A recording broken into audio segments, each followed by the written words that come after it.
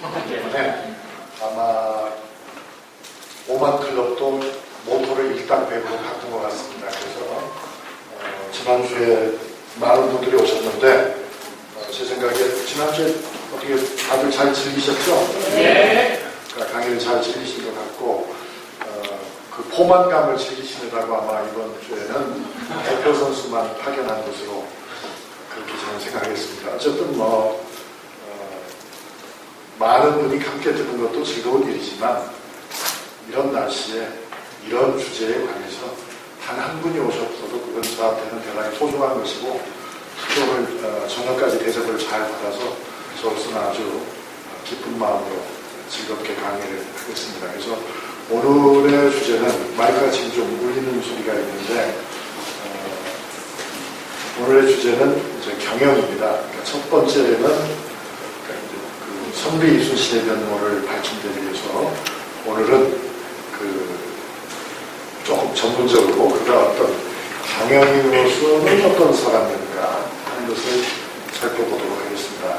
그래서 오늘은 나눠드린 자료에 참고할 것이 굉장히 많아요. 지금 참고하실 것은 없고 이따가 질의응답하고 할 때 좀 구체적인 숫자 같은 것이 필요하면 그때는 볼 수 있습니다. 그리고 여러분이 궁금하게 생각하는 것이 이 경영에 관해서 궁금하게 생각하시는 것들은 다 거기서 찾아보실 수 있어요. 제가 오늘 자료로 나눠드린 것들은 다른 데서 볼 수 없는 제가 만든 거예요. 이것은 뭐냐면 난중일기 전체를 뒤져가지고 체계적으로 다 모으진 않았지만 항목별로 좀 정리를 해본 것입니다. 다 모으면 너무 많아서 그러니까 이거는 그냥 지어낸 얘기가 아니고 실제 난중일기에 나와 있는 것을 뽑아서 한 거라는 걸 말씀드립니다. 자, 이제 그러면 하나씩 보도록 하겠습니다. 어딨죠? 이게 아까 저한테 주셨는데 여기 있습니다. 이 이순신에게 경영이라는 것이 굉장히 중요했어요. 왜냐하면 사실 전쟁이 7년 동안 계속되었는데 그러면 전쟁 비용이 얼마나 많이 들었습니까?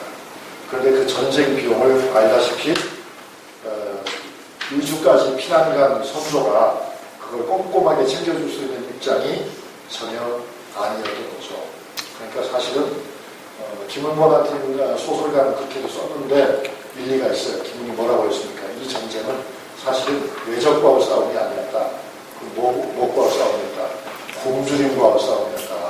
그러니까 좀 과장된 면도 있지만은 사실 그렇습니다. 그래서 실제로 제가 난중일기를 보니까 1592년 전쟁을 시작했잖아요. 1594년 초 같은 경우에는 이순신의 부대에서만도 한 400명 정도가 죽어요. 그러니까 누적된 피로와 그 다음에 그 위생 상태, 그 다음에 생활 여건이 너무 좋지 않아가지고 한 달 사이에 한 400명이 죽더라고요. 병으로 죽은 사람이. 그리고 도망자가 속출해요. 그래서 이 군대를 일정한, 말하자면 싸워서 이기는 것도 중요했지만 일정한 수준으로 유지하는 것 자체가 사실은 거의 불가능한 과제였다. 지금도 한번 생각해 보십시오. 만약에 여러분에게 또 우리에게 10,000명의 군대를 주고서 이 10,000명을 먹여 살려라. 그리고 이 10,000명을 입혀라. 그리고 이 10,000명을 네가 가서 싸워라. 그리고 너는 이겨라. 그 대신 예산은 없다. 그거거든요. 지금 상황이. 그렇기 때문에 이제 제가 경영이라는 말을 하게 되는 거예요. 그러니까 다른 장수들은 왜 그렇게 뛰어난 전공을 내지 못했는가? 그들은 경영에 실패했기 때문에. 이순신은 경영에 성공했기 때문에. 그 경영은 크게 보면 두 가지 갈래인 거예요. 하나는 뭐냐면 물자의 경영이고 또 하나는 뭐겠어요?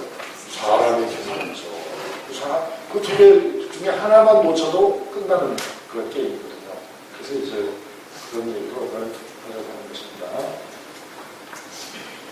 자, 이제 여기에서 이제 보이는데 다행히 난중일기를 보면은 난중일기가 회계장군은 아니지만 사령관, 즉 이순신이 워낙 그걸 중시하였기 때문에 일기의 귀퉁에 두어 차례 딱 글을 쓴 그 시점에서 중요한 물자의 현황이 파악이 되어 있어요. 그러니까 이제 장부가 물론 따로 있었겠지만 일기에라도 그걸 적을 만큼 이순신은 물자의 총량에 대해서 굉장히 아주 민감한 그런 반응을 보였던 거죠. 그러니까 가지고 있었던 그 중요한 물건들이 이런 것들이에요. 이거 보세요. 뭐가 있습니까? 이건 뭐야?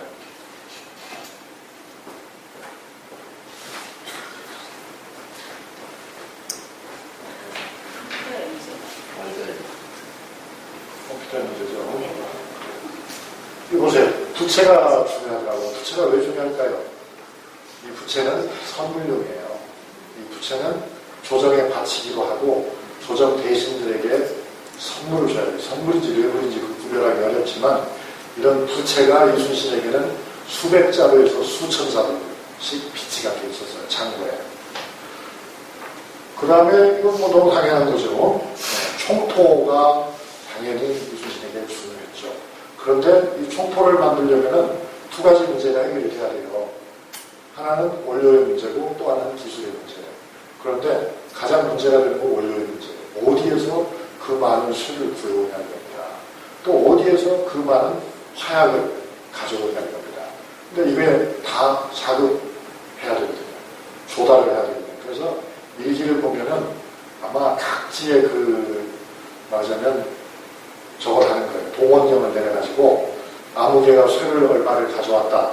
그런 기록들이 적혀 있어요. 또 틈이 날 때마다 화약 전문가들을 양성해가지고 틈틈이 화약을 만들어요. 왜냐하면 그 화약이 없으면 대포를 쏠 수가 없으니까.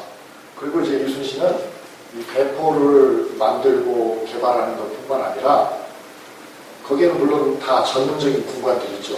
그뿐만 아니라 일본 사람들의 조총을 구입해가지고 또는 탈취해가지고 또는 습득해가지고 그것을 분해해서 그걸 처음부터 조립해서 만드는 것들을 해요. 그래서 조총 개발을 이순신이 끊임없이 하고 있다는 것도 난중일기를 통해서 알 수 있다. 그래서 조총을 여러 차례에 걸쳐서 조정에다가 바치고 또 설계도도 같이 내놓고 그 자기 부대가 만든 조총이 일본 조총보다 훨씬 성능이 좋다는 것도 물론 설명하고 또 일본 사람 중에서 이제 항복해온 사람들이 있어요.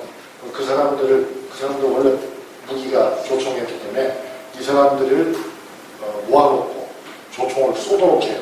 그리고 이제 조선군이 그거를 관찰하는 거예요. 그러니까 조총을 어떻게 쏘는 것이 효과적이냐 이런 것들도 다 연구를 하고 그야말로 군사연구소를 운영하고 있었다고 해도 과언이 아니었다. 그 다음에 이제 당연히 중요한 것이 배잖아요. 배를 만들어야 되고 고쳐야 되고 재료를 확보해야 되고 이런 문제들이 굉장히 심각하죠.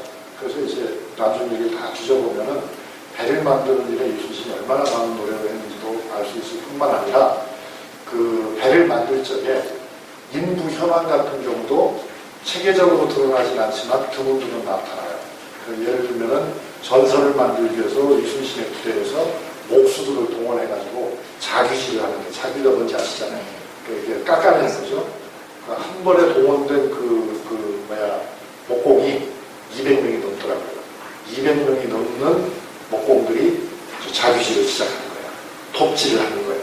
이렇게 해서 만들고 그 200명이 넘는 목공도 한 군데서 다 잡아올 수도 없잖아요. 다 동원할 수도 없으니까 여러 군데서 쪼개가지고서 어디서 몇 명 왔다 하는 것들이 더러 기록이 되어 있습니다. 그렇게 이제 이순신은 그런 관심이 많았고 그 다음에 여기 나와 있는 건 뭡니까 이거는 종이에요.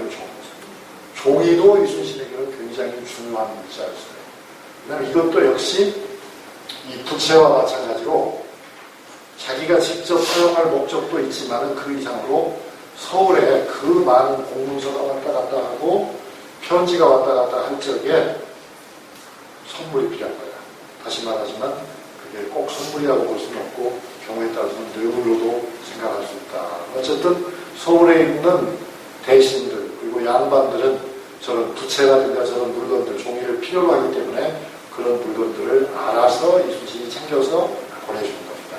그러니까 이게 뭐 이순신만 그런 게 아니고 가령 원균도 그 비슷한 일을 하고는 있었을지도 몰라요. 하지만은 전체적으로 보면은 원균의 규모와 이순신의 규모는 비교가 안 된다. 그건 이제 어떻게 말씀드릴 수 있냐면 제가 난중일기에 나오는 내용들을 다 분석을 해보니까 그 물자 현황에서 이순신이 1594년경에 가지고 있던 그 휘하에 거느리고 있던 전선이라면 이 판옥선을 말하는 거죠. 이 전선이 각 말하자면 예하 부대에 따라 숫자가 다 다른데 그걸 다 합치니까 59척이더라고요. 그러니까 약 60척이에요. 그런데 또 다른 난중일기에 나오는 기록을 또 보니까 그럼 그 전선 하나에 사람이 승선인원이 몇 명이냐 이거죠. 그러니까 요즘 학자들 중에는 뭐 200명이나 300명이나 그런 이야기를 하는데 난중일기에 실제 이순신이 적어놓은 걸 보면은 130명으로 계산하고 있더라고요. 그래서 제가 그 계산을 해보니까 130명씩 60척이면 몇 명입니까? 8,000명 정도 되는 거죠. 약 8,000명 정도. 근데 이제 전선이 뜰 때는 전선 말고 중선도 움직이고 협선도 움직여요. 그러니까 조그마한 배들, 크고 작은 배들. 왜냐하면 큰 배만 움직이면은 큰 배는 동작이 둔하고 또 다른 배들이 공격할 적에 그거를 접근하지 못하도록 차단해야 되고 이런 여러 가지 것들이 있기 때문에 작은 배들이 이렇게 따라갑니다. 그건 마치 탱크가 움직일 때 누가 같이 움직이는 것 같다. 보병이 같이 움직이는 것 같다. 기병이 움직일 때 보병이 움직이는 것 마찬가지로 배가 움직일 때도 큰 배만 움직이는 법은 없어요. 작은 배로 같이 움직이니까 그런 것까지 되게 고려하면은 이순신의 직속 부대는 풀티오가 제가 계산할 때는 한 10,000명 정도 됐던 것 같아요. 직할 부대가 10,000명. 그런데 이제 삼도잖아요. 나중에 삼도 수군 통제사가 되니까 전라도가 그러니까 전라좌도가 10,000명인 거예요. 그 다음에 이제 전라우도가 있고 경상도가 있고 경상우도예요. 그 다음에 또 충청도가 있어요. 그런데 충청도나 경상도의 병력은 굉장히 규모가 작아요. 그러니까 크게 보면은 이순신이 데리고 있는 부대, 직할 부대의 3배 정도를 맥시멈으로 잡을 수 있겠더라고요. 그러니까 맥시멈으로 잡으면은 그러니까 얼마예요? 그러니까 한 3만 정도가 맥시멈인데 실제 그 숫자가 다 찬 적은 없는 것 같아요. 실제 그 찬 적은 없고 최소로 잡을 경우에는 그 출동할 적에 원균 부대 같은 경우는 원균이 경상 우수사인데 경상 좌수사는 이미 나라가 없어졌고 나중에 복구가 되지만 이 당시에 처음에는 없어졌고 원균이 동원할 수 있는 전함은 7척밖에 안 돼요. 이순신이 60척의 전함을 내놓을 적에 원균은 7척밖에 못 내요. 나중에 이제 일기를 딱 보면은 원균이 어디까지 크냐면 25척 정도까지 크더라고요. 전함이. 그런데 그 전라우수사는 이미 처음부터 20척 이상을 가지고 있고 전라우수사 2역기가 그러니까 24척의 배를 가지고 나타났을 때 이순신이 실망하는 것으로 봐서 아마도 전라우수사도 이순신만큼은 아니지만 이순신의 3분의 2 정도 규모는 가지고 있었지 않나 이렇게 생각이 되고요. 그 다음에 충청수사 같은 경우에는 경상우수사나 별로 차이 없는 규모다. 그러니까 전체적으로 보면 말씀드린 것처럼 이순신이 가지고 있는 배의 2배에서 3배 정도가 이순신이 삼도 수군 통제사로서 동원할 수 있는 그런 유해였다. 그러니까 이순신의 경우에도 죽거나 다치거나 뭐 여러 가지 사정이 있을 때에는 한 8,000에서 10,000명이 5,000까지 줄 수도 있다고 봐요. 그러니까 전체적으로 보면 삼도 수군이라고 하지만 10,000명에서 30,000명 정도로 이게 완전히 고무줄이었다는 걸 알 수 있어요. 상황에 따라서 늘어나거나 줄어들거나. 그러니까 그런데도 불구하고 명확한 건 뭐냐면 이순신의 경우에는 자기 본 진영의 규모는 절대적으로 유지하고 있다는 것이 그의 경영력이에요. 그래서 그 60척의 전함 중에서도 자기가 거느린 60척의 전함 중에서도 그 무슨 여도진, 사도진 뭐 여러 진이 있거든요.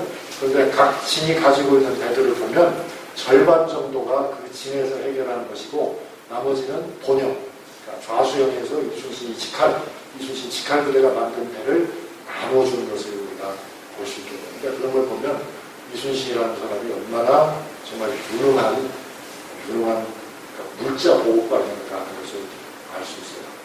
그걸 아주 이순신 철저하게 지키기 때문에 그 휘하 부대 장수들하고 또는 옆에 있는 그런 다른 수사들하고 약속을 해서 아홉날까지 배를 몇 척을 가지고 와라 이렇게 명령해가지고 기한을 늦게, 그러니까 기한에 맞춰서 못 온다거나 숫자를 채워가지고 오지 못하면요, 때려요.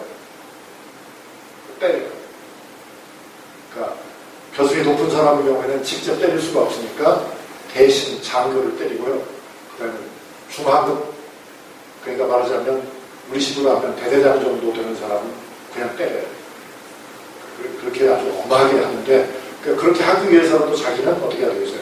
자기가 그걸 못 지키면 안 되잖아요. 그게 굉장히 그런 과정들이 어려운 과정이었어요. 그 다음에 이제 바로 먹을 것으로 들어가겠습니다. 저녁 식사는 좀 하고 오셨는데요. 이제 먹는 게 중요한데, 한번 생각해 보세요. 그러니까 숫자가 어떻게 된다고요? 10,000명에서 30,000명까지 되는데, 직할부대도 5,000에서 10,000명이 되는데, 사실 엄밀한 의미에서 이순신이 밥을 먹여야 할 사람은 직할부대만 먹이면 되는 거예요. 그런데 사정이 그렇게 되진 않아요. 왜냐하면 자기가 삼도수군 통제사이기 때문에 자기 직접은 아니지만 간접 관할하에 있는 전라우도나 또는 충청도나 경상우도의 군사들이 굶고 있다면 그거를 내버려 둘 수는 없는 거예요. 그걸 사실은 다 책임을 져야 하는 그 상황이에요. 한번 생각해 보십시오. 우리가 군대 생활을 할 적에 1인당 하루의 식량이 얼마였습니까? 제가 기억하거든요. 하루 식량으로 쌀 465g을 잡았어요. 그러면 이 당시에 수군 병사들은 쌀을, 또는 쌀이 아닌 다른 곡물이라도 그보다 더 많이 먹었어야 됐을까요? 더 적게 먹었어야 됐을까요? 적게. 훨씬 많이. 왜냐하면 부식이 아주 빈약했기 때문에 이 사람들은 그 곡물로부터 에너지를 대부분 섭취하게. 그래서 전통적인 기록을 보면 한국 사람들은 아주 대식가로 소문이 났어요. 이웃나라에 다. 그러니까 아마 2배는 먹었을 거라고 생각합니다. 그러니까 500g이 아니라 1인당 1kg를 먹어야 된다는 얘기예요. 그럼 큰 계산으로 보세요. 3만 명이 먹으면 하루에 얼마입니까? 3만 톤이에요. 3만 톤. 1kg니까 3만 톤이에요. 자, 장난이죠? 장난 아니에요. 그러면 그보다 아주 규모가 적어서 직할부대에 5,000명만 먹여도 얼마입니까? 1kg씩 먹으니까 5,000톤이에요. 숫자가 감이 안 잡히죠? 톤이라고 하니까. 그럼 한번 계산해보세요. 보통 우리가 옛날 시골에서 그 쌀가마를 할 적에 많이 담으면 90kg가 한 가마예요. 그런데 그걸 100kg라고 그냥 쉽게 계산해봐요. 그러면 몇 가마입니까? 50가마잖아요. 하루에 쌀이 50가마씩 식량으로만 축이라는 거야. 식량. 가만히 있어도. 직할부대만. 최소규모로. 많으면은 100가마. 전체로 보면은 이거 어마어마한 거예요. 그러니까 이 사람들을 굶기지 않고 끌고 간다는 것은 조정에 도움이 없는데 이건 대단히 어렵다. 무지무지하게 어렵다. 그러니까 물론 제도적으로 보장이 돼 있는 건 있어요. 그건 뭐냐면 이순신의 관할 영역이 넓어요. 그러니까 순천도 있고 나간도 있고 이렇게 쭉 연해 지역, 바다를 따라서 쭉 목포까지 가는 그 지역이 이순신이 자기 부대를 위해서 식량을 조달할 수 있는 그런 지역이에요. 그런데 이 사람들이 다 지금 나이 중이고 수군만 있는 것이 아니라 육군도 있고 조정에 바쳐야 할 것도 있고 그렇기 때문에 제대로 쌀을 안 갖다 줄 때가 많아요. 그렇기 때문에 이순신은 직영농장을 운영할 수밖에 없어요. 이게 바로 그 직영농장이 있었던 곳입니다. 도양면. 여기가 이제 도양장이라고 불렀거든요. 당시에. 지금 해남에 속한 곳이죠. 해남에 속한 곳에 해남의 일개면이 이순신이 왕으로부터 허락을 받은 둔전지역이에요. 각 사령부도 다 둔전지역이 있는데 말하자면 자연농장이 있어요. 자연농장이 있는데 다른 사람들은 그렇게 자연농장을 잘 운영하는 것 같지 않아요. 근데 이순신은 이 운영을 굉장히 잘해요. 그래서 일기를 쭉 보면은 이 농장을 운영하기 위해서 가령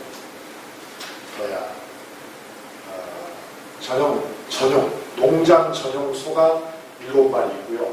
그 다음에 이 농장에서 수확한 기록들도 몇 번 나오는데 제일 많은 기록에 하나 잡히는 거는 800석 정도가 보여요.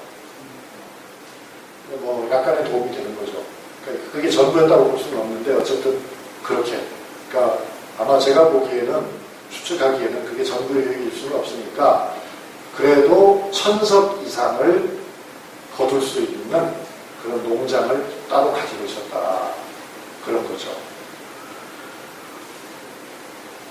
그러니까 이순신은 좀 우습게 얘기하면 대지주였던 거예요. 천석군이었던 거예요. 천석군이에요. 그러니까 그런데 이 사람은 천석 가지고는 해결이 안 되고 만석이어야 되는 거죠. 만석도 그냥 만석으로는 안 되는 거죠. 3만석 내지 5만석 부자여야만 되는 거예요. 그래서 바쁠 수밖에 없었다.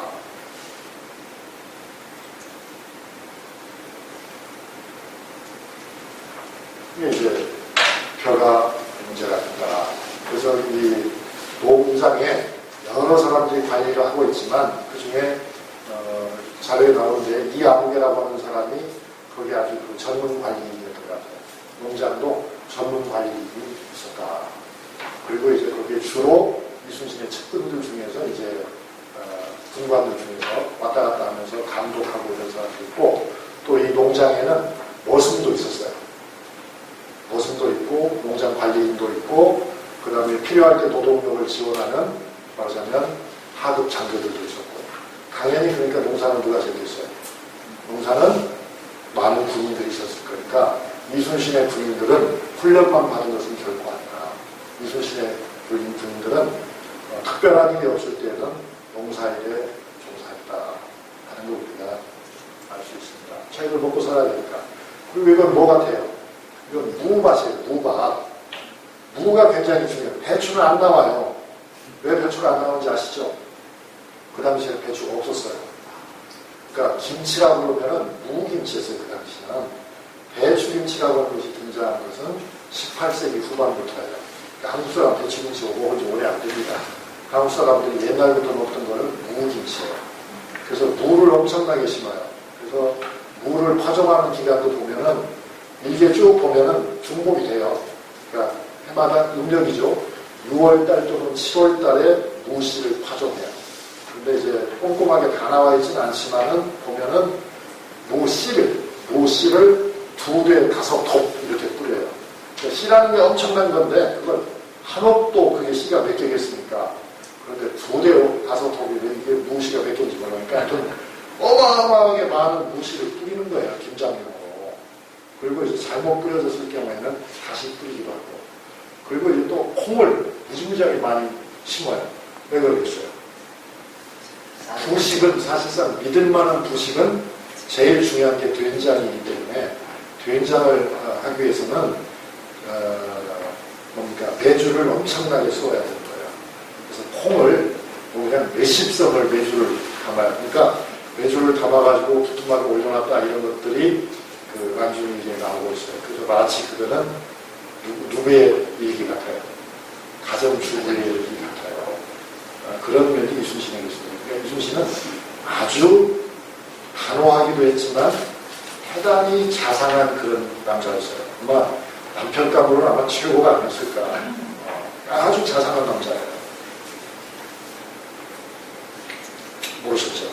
매주도 정말 많이 쏘고 매주 쓰는 날짜들은 대개 제가 보니까 2번에 걸쳐서 나눠서 쓰더라고요. 그러니까 음력 10월 달에 매주를 쓰기도 하고 그 다음에 음력 정월 달에 매주를 쓰기도 하더라고요.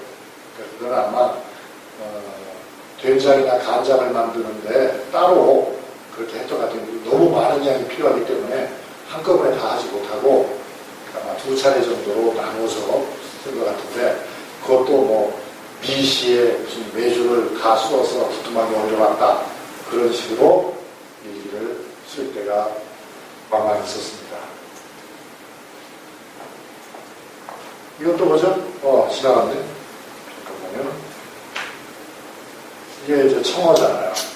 이 청어가 이분들에게는 굉장히 중요한 영양 공급원이자 현금화 수단이에요. 그래서 이제 그 틈틈이 이 수군들이 어부 노릇을 하는 거예요. 그러니까 이제 수군으로 동원된 사람들이 사실 평소에 어부였을 가능성도 많잖아요. 그렇잖아요. 그래서 이 일들이 보면은 뭐 군관마다 다 보고가 돼 있어요. 아무 개가 어느 날 나가서 청어 1000마리를 잡아왔다. 1300마리를 잡아왔다. 그런 게 나오고, 그 다음에 또 말리는 전문가도 있어요. 거기 보면. 하천수라고 하는 그 군관이 있는데, 그이가 아마 말리는 데는 아마 도사였던 것 같아요. 그래서 다른 사람들은 그 청어를 다 잡아다가 1000마리, 2000마리씩 잡아다가 하천수에게 말리라고 주었다. 그런 기록도 있어요. 그리고 이제 이 청어를 급할 때는 어떻게 하냐면은 쌀하고 바꿔서 분량으로 전하는 거예요. 그래서 이제 뭉텅뭉텅 나왔는데 하천수가 무슨 청어 4,300두릅을 가지고 왔다. 가지고 왔다가 가지고 갔다. 이런 건 아마 팔러 가려고 하는 것으로 그렇게 생각이 되니까 장에 내놔가지고 그걸 현금화해서 자기 필요한 물자를 조달하는 데도 사용했음을 우리가 짐작할 수가 있습니다. 그 다음에 또 놓칠 수가 없는 것이 미역이죠. 이 미역도, 미역 따는 날짜가 이렇게 쭉 제가 보니까 음력 3월달에 미역을 따더라고요. 그래서 대체로 하루에 딴 미역의 양이 50동에서 60동 정도 돼요. 50동이라면 한 동이 10가닥을 한 동이라고 해요. 그럼 50동이면 몇 가닥이에요? 500가닥. 그런 식으로 계산하는 거예요. 그러니까 미역 같은 것도 수백 동씩 가지고 있으면서 그걸 미역국도 끓여 먹고 반찬도 만들어 먹었겠지만은 필요할 때는 현금화할 수 있는 게 꼭 있어야겠다. 왜냐하면 보세요. 왜 그러겠어요? 군대에 필요한 물건들이 좋은 많은 게 아니에요. 배를 만들다 보면 어떨 때는 못이 없어가지고 못 만드는 경우도 있어요. 그러면 가지고 있는 물자를 팔아서라도 쇠를 사가지고 와야 되는 거죠. 그렇게 살림을 하고 있었습니다. 그러니까 도대체 그런 살림 능력을 가진 장수가 몇이나 됐겠습니까? 모든 장수가 다 그렇게 할 수 있다면 국방비가 필요하지 않겠죠. 근데 이순신은 그렇게 할 수 있을까? 이순신이라는 사람은 참 대단한 사람이라고 생각이 되고요. 그런 이순신과 같은 사람이라면 오늘날에도 아마 회사를 맡겨도 굉장히 잘할 거예요. 회사를 맡겨도 잘하고 너무 미화로는 가고 싶지 않은데 어쨌든 굉장한 능력이라고 생각이 듭니다. 전복이에요, 전복. 그래서 아예 이순신 부대에는 전복 따는 남자들이 있어요. 여자가 아니고 남자. 해녀가 아니고 한자로는 포작이라고 나오는데 포작이라고 하는 사람들이 이 사람들이 다이빙을 해가지고 얕은 물속에 들어가서 전복을 잡아오는 사람들이에요. 근데 이 사람들이 말썽을 많이 불러일으키긴 해요. 뭐냐면 이 사람들이 이제 배를 운영하거든요. 그러니까 아마 민간업자들인 것 같아요. 민간업자들인데 이 전복 따는 사람들을 보호하면서 전복의 일정량을 이순신이 가져가기도 하고 또 배를 가지고 민간업자니까 필요한 물건들을 실어 나르기도 하고 하는데 이 사람들이 가끔 딴짓을 해요. 어떤 짓을 하겠어요? 군인들을 도망가게 해준다 그 말이에요. 자기들 배에다 실어가지고 그러면 걸리면은 이건 사형이에요. 걸리면 사형이에요. 근데 그런데도 불구하고 계속 그렇게 걸리는 사람이 나오는 거 보면 도망가는 사람들도 그냥 좀 살려주십시오 한 것 같지는 않아요. 짐작이 되시죠? 분명히 토자기한테 노를 2마지기를 줬든지 3마지기를 줬든지 무슨 수가 있는 거예요. 그러니까 이게 뭔가 뒷거래가 있어. 그래서 그걸 잡으면은 쫓아요. 그 다음에 이제 이순신은 이 당시에는 굶어 죽는 사람들이 속출하는 입장이었거든요. 그러니까 이순신 부대가 어찌 보면 사람들이 굉장히 공포 대상이기도 하고 매력의 대상이기도 했어요. 매력적인 대상이기도 했을 거예요. 왜냐하면 집에 있으면 굶어 죽어요. 그러나 이순신한테 오면 굶어 죽지 않을 수 있죠. 그렇잖아요. 그렇지만은 위험하기 때문에 군사를 제대로 조달하기가 굉장히 어려웠어요. 그래서 이제 아까 말씀드린 대로 충성수사나 전라우수사나 원균 같은 경우에 군대를 제대로 충원하지 못해서 항상 애를 먹어요. 안 오니까. 이순신은 대단히 단호하게 접근하기 때문에 그래도 숫자를 좀 채운다. 전복도 많다. 이 전복을 저기다 서울에다가 자주 보낸다. 그것도 선물인지 뇌물인지 뭔지 알기가 어렵다. 어쨌든 그런 귀한 물건이잖아요. 그래서 이걸 보냅니다. 그리고 이 그림에는 빠졌지만은 또 귤이 있어요.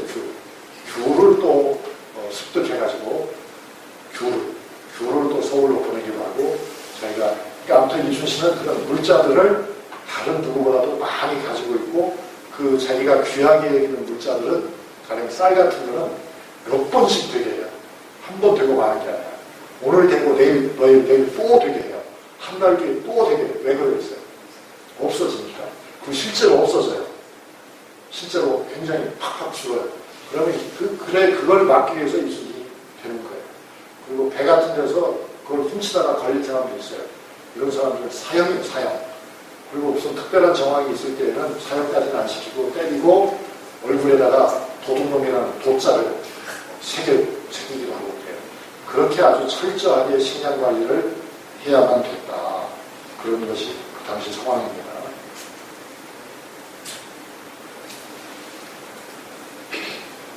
이 이순신에게는 또 많은 일본 사람들이 옆에 있어요. 이 김충선 장군이 온 것은 아니지만 포로로 잡힌 일본군, 또 일본군에서 뭔가 말썽을 저지르고 도망쳐온 일본군, 항복한 일본군, 그 중에는 아마 간첩도 있을 거예요.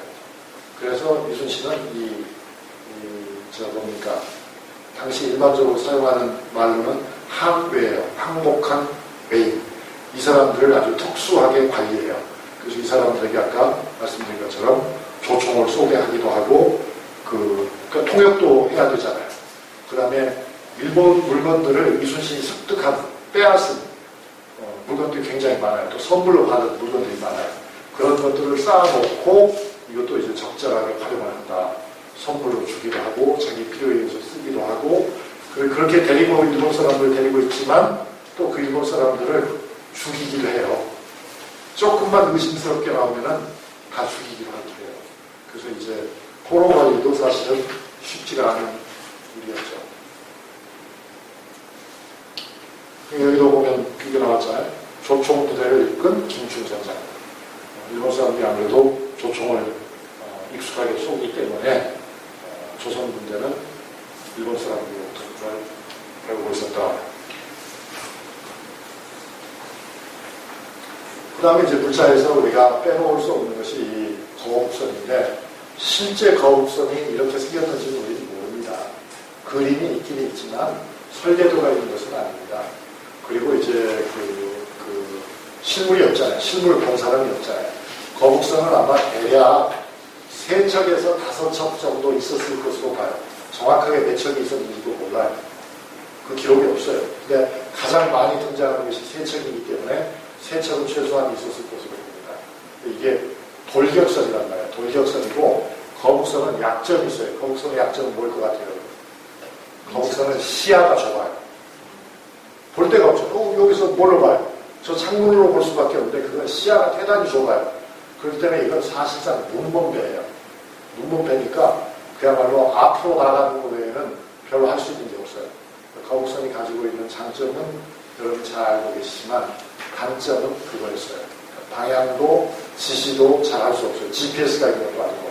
그래서 거북선의 숫자는 그렇게 많지 않고 급할 때 써먹는 그런 효과적인 배이기는 했지만, 그렇지만 그렇게 많이 숫자가 필요할 때는 또 아니었던 겁니다. 근데 이 거북선을 지은 것이 임진왜란 전쟁이 발발하기 직전에 이게 완성이 됩니다. 그때 나중일기의 기록을 보면 오늘은 거북선에 쓸 도추로 쓸 배죠. 헝겊에 배자가 들어왔다. 오늘은 거북선에 총통, 지자 총통, 현자 총통을 시험 발사를 했다. 이런 이야기들이 나오고 있습니다. 그래서 거북선은 아마 전쟁의 맨 첫 번째 전투에는 참전하지 못한 것 같아요. 그때는 경험이 없으니까 하지 못했고, 한 2-3번 싸워보고 난 다음에야 이제 거북선을 투입하기 시작했는데 상당히 효과가 있었던 것 같습니다.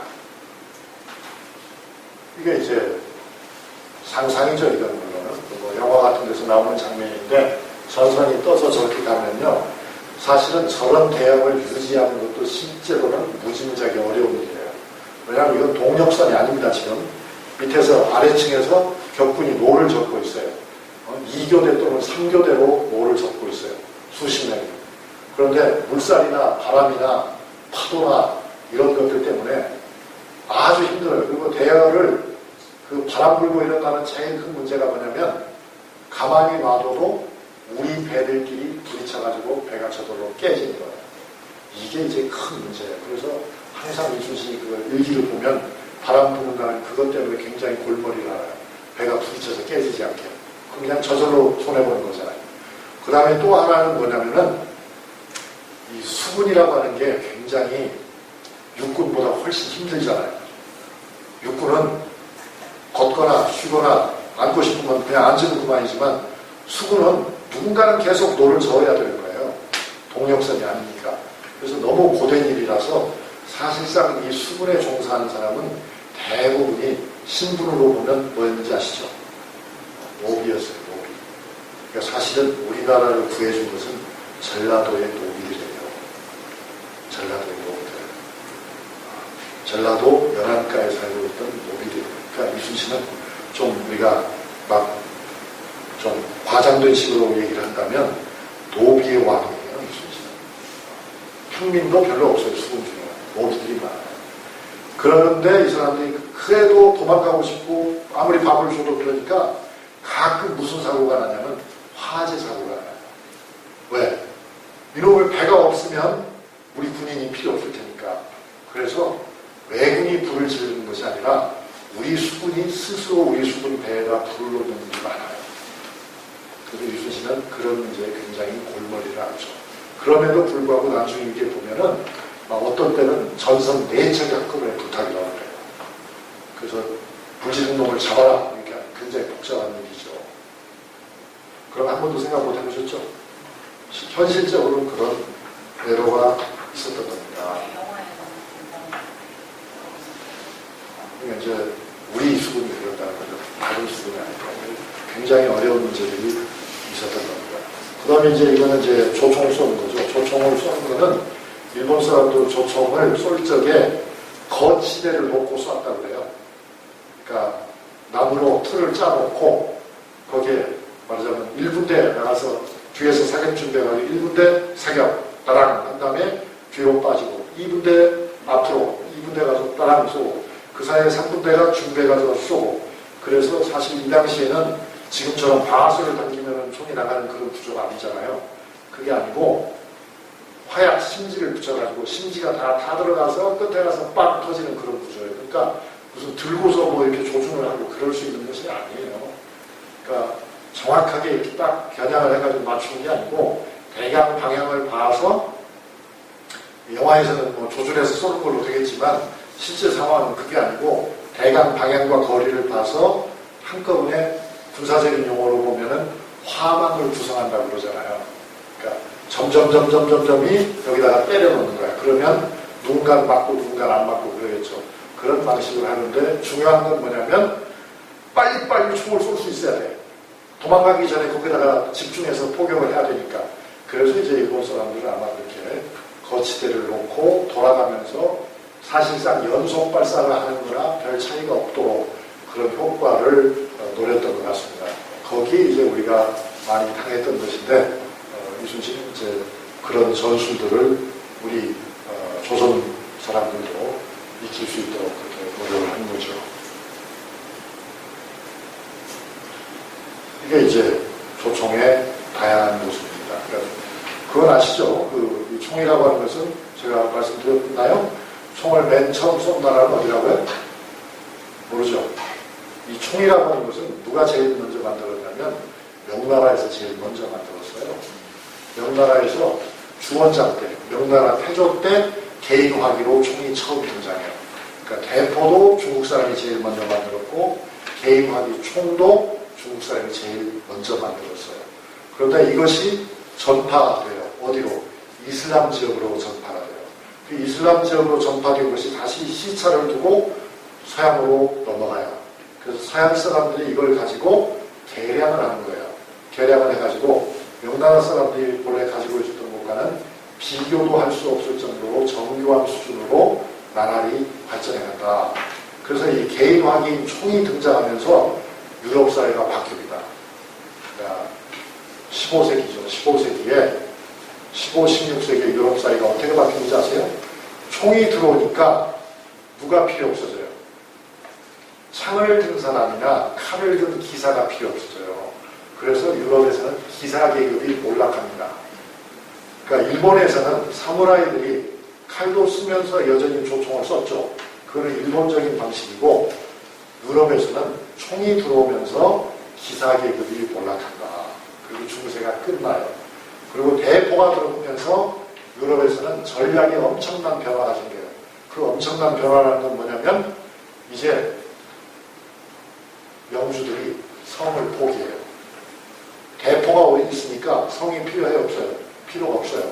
왜냐하면 성보다 높은 지점으로 올라가서 대포를 성 안으로 쏴버리면은 성이 있으나 말아요.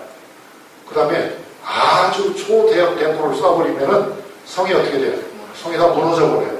그렇기 때문에 이제 진정한 의미에서 유럽의 도시가 생기는 것은 총포의 영향이었어요.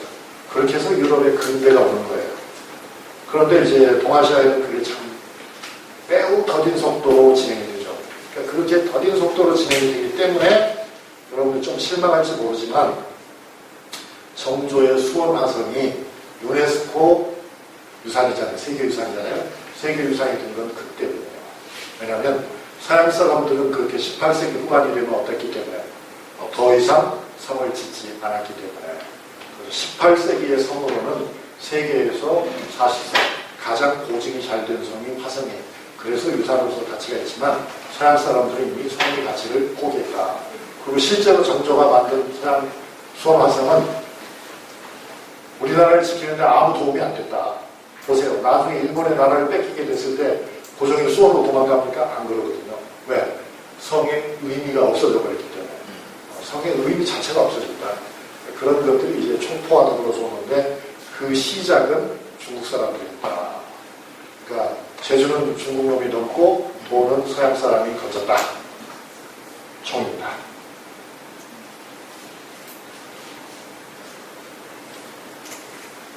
잠깐만요. 이제 넘겨야 되는데, 예, 가만있어 봐. 이건 뭐 같습니까, 여러분? 곡간이죠, 곡간. 이제 건물이라고 하는데도 이순신은 굉장히 많은 투자를 하게 되면 그렇게 많은 곡식을 관리할 것도 필요하고, 그 다음에 이제 그 다음 건물에서 보다시피 통제는 보건지잖아요. 그러니까 군량과 무기만으로 해결이 되는 것이 아니고 이순신은 철저하게 자력으로 한산도에다가 요새를 만들었어야 돼요. 그 다음에 나중에는 원균이 7,000명에서 싸움에 진 다음에는 한산도는 다 불타버리고 있죠. 한산도는 다 불타버렸기 때문에 저 전라남도로 가서 고궁도 쪽에다가 또 새로운 요새를 만들어야 하는 그런 임무가 있었던 겁니다. 그러니까 이순신은 토목계의 큰 손이었다. 토목계의 큰 손이었다. 그리고 실제로 아주 열심히 공사 감독을 해요.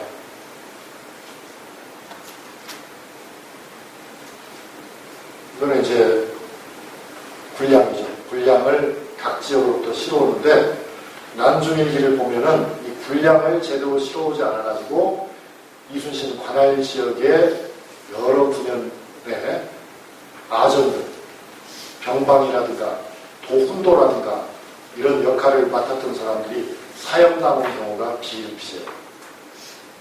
그러니까 병력을 충원하지 못했다고 해서 사형, 군량을 제때 안 가져왔다고 해서 사형, 훔쳐갔다고 해서 사형. 그러니까 맞는 거는 뭐 보통이고 그런 것들이 굉장히 많았습니다. 그래서 이순신의 군율은 대단히 엄했다 하는 것을 우리가 알 수 있죠.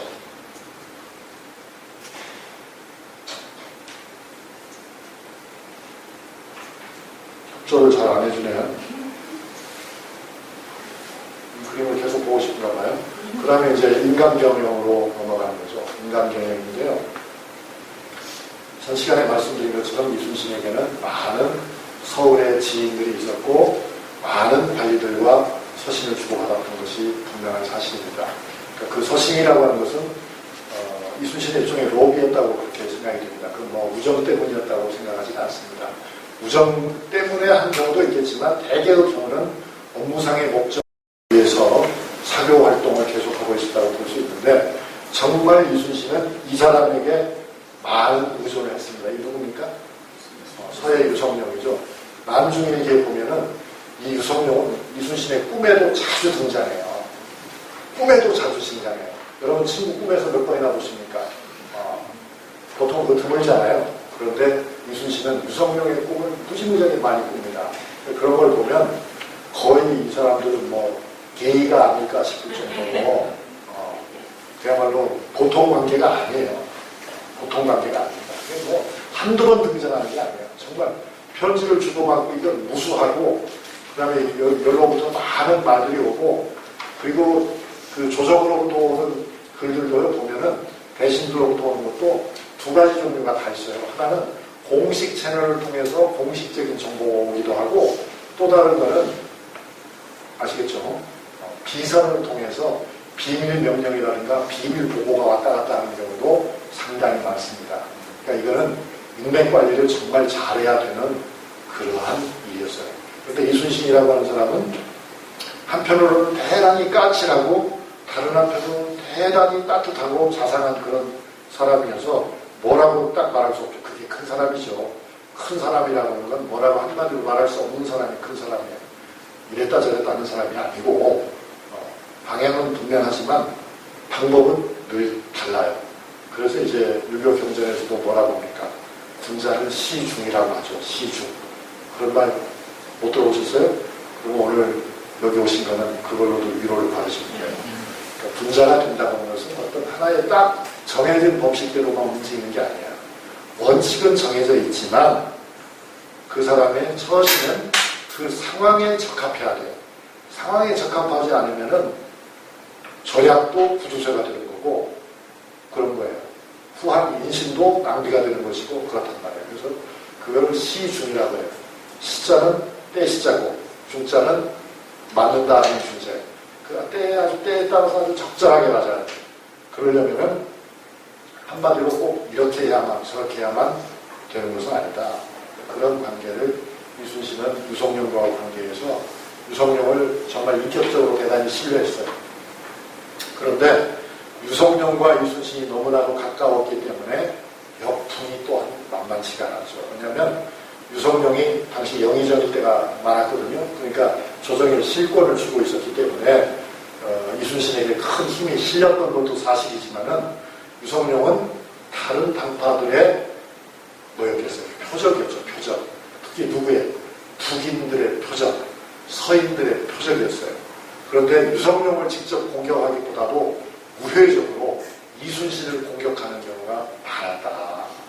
그러니까 그 과정에서 원규이라는 사람을 반대파가 많이 이용했다고 볼 수 있어요. 그래서 이제 이순신은 하루도 조용할 날이 없었다고 볼 수 있습니다.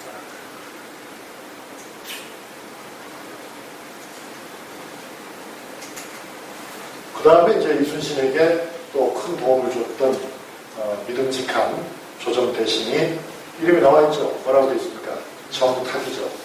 이 정탁이라고 하는 분과도 이순신이 아주 가까운 관계였고 정탁은 유성룡의 아주 말하자면 동지였죠.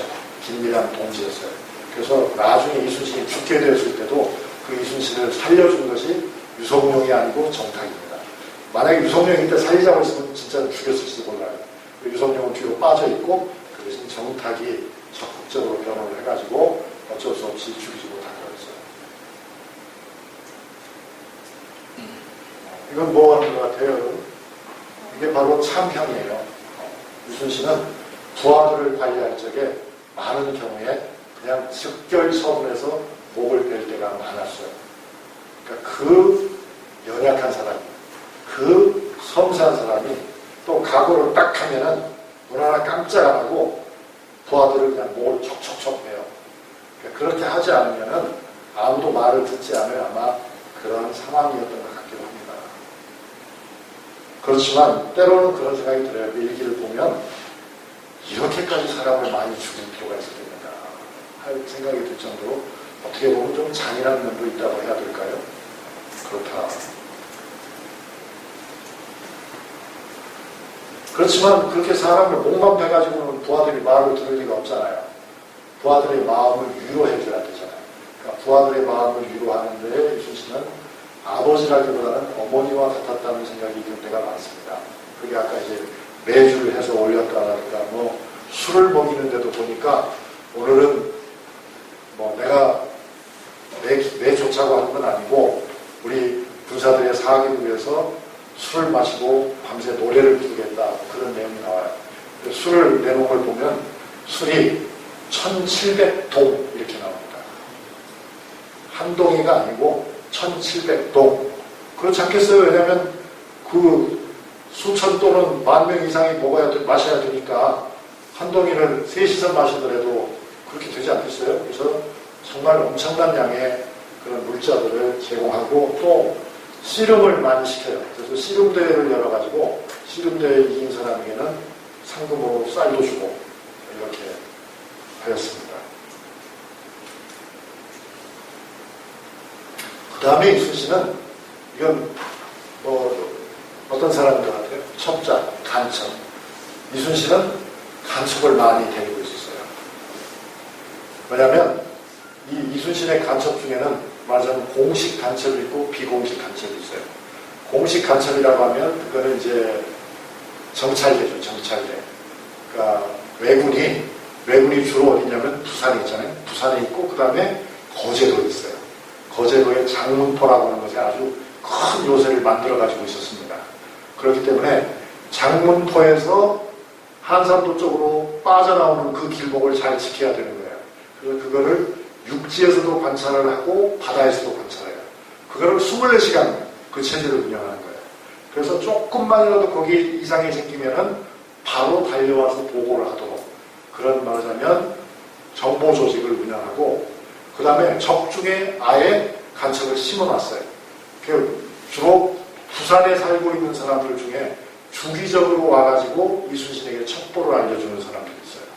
그러니까 아무날 외선이 외척증 일본으로 다시 되돌아왔다. 또는 아무날 외척이 다시 돌아왔다. 그 다음에 첩보에 가면은 어떤 장군이 나갔다고 한다. 나가면서 대기자로 자기 몇 살짜리 아들에게 맡겨놓고 갔다고 한다. 그런 것들이 이제 들어오는 거예요. 그 다음에 이제 일본 사람들 붙잡아 오거나 항복해 오거나 하면 그 사람들도 다 취조해가지고 거기서 이제 또 다시 첩보를 얻어내고 그것이 또 역으로 스파이가 아닌가도 또 검증을 해야 되잖아요. 그런 뭐 여러 가지 작업들을 하게 된다니까 이순신은 정보원을 많이 두고 있었다. 정보부대를 운영하고 있었다. 사복과 정보부대가 있었다. 뭐 이야기를 하고 보면 그렇게까지 말할 수가 있는 거죠. 어떻게 그러니까 시계를 보니까 거의 그래요.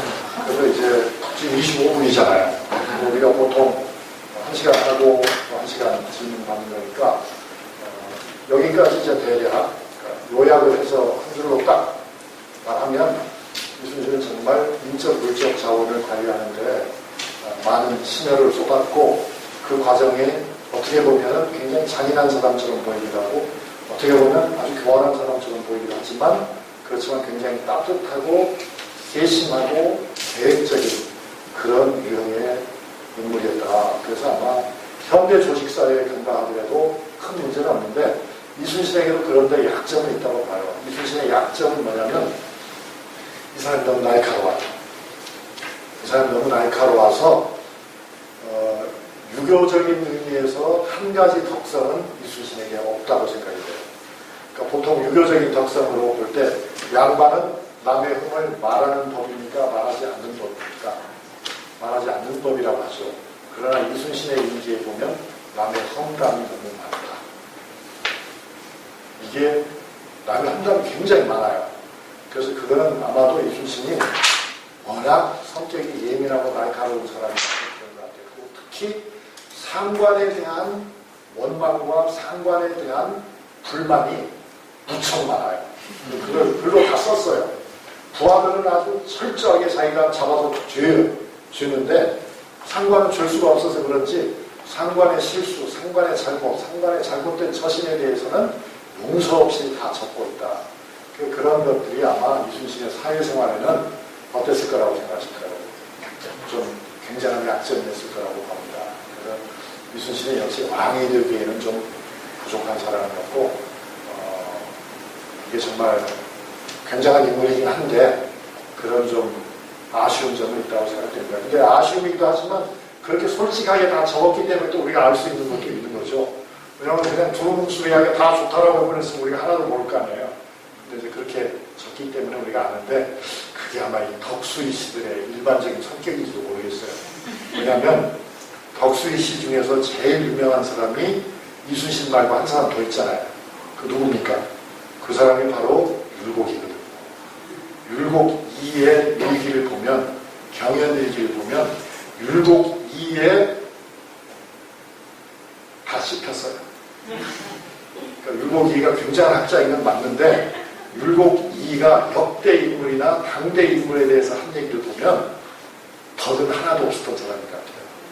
아무개는 이래서 안 됐고, 아무개는 저것이 약점이고, 아무개는 이것이 지나치고, 남의 단점을 너무나도 날카롭게 얘기한 것이 많아요. 그 율곡이하고 이순신이 한 집안이거든요.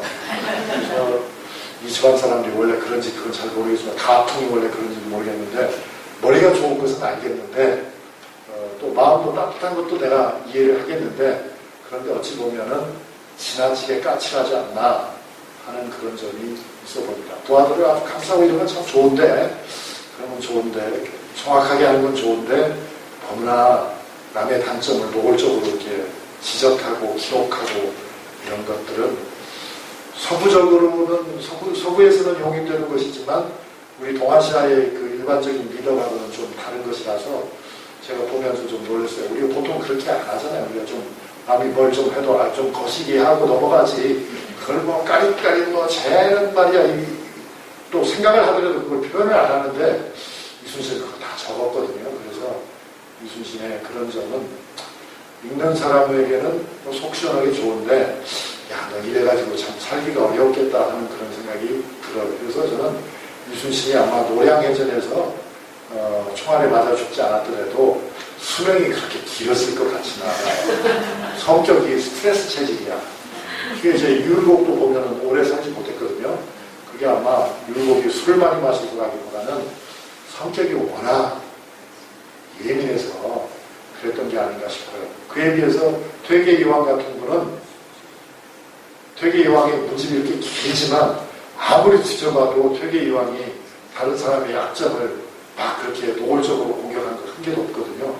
그런 걸 보면 역시 그분은 인격이 무엇보다도 참 아주 두툼했던 분이 아닌가 퇴계는. 그래서 당시로서는 보기 드물게 70 넘게 사신 게 아닌가. 왜냐하면 사는 데는 무엇보다도 어찌하여 오래 살아요? 오래 사는 게 꼭 좋은 건지 모르지만 속이 편해야지. 속이 편하려면 목을 많이 하면 속이 편하겠어요. 그게 자기가 오히려 열을 받는 거지. 그래서 그런 점에서 아무튼 멋진 남자인 건 틀림없는데 그런 점은 있다. 자, 그러면 쉬어야죠. 그죠? 10분 쉬셨다가 질문을 많이 해주십시오. 감사합니다.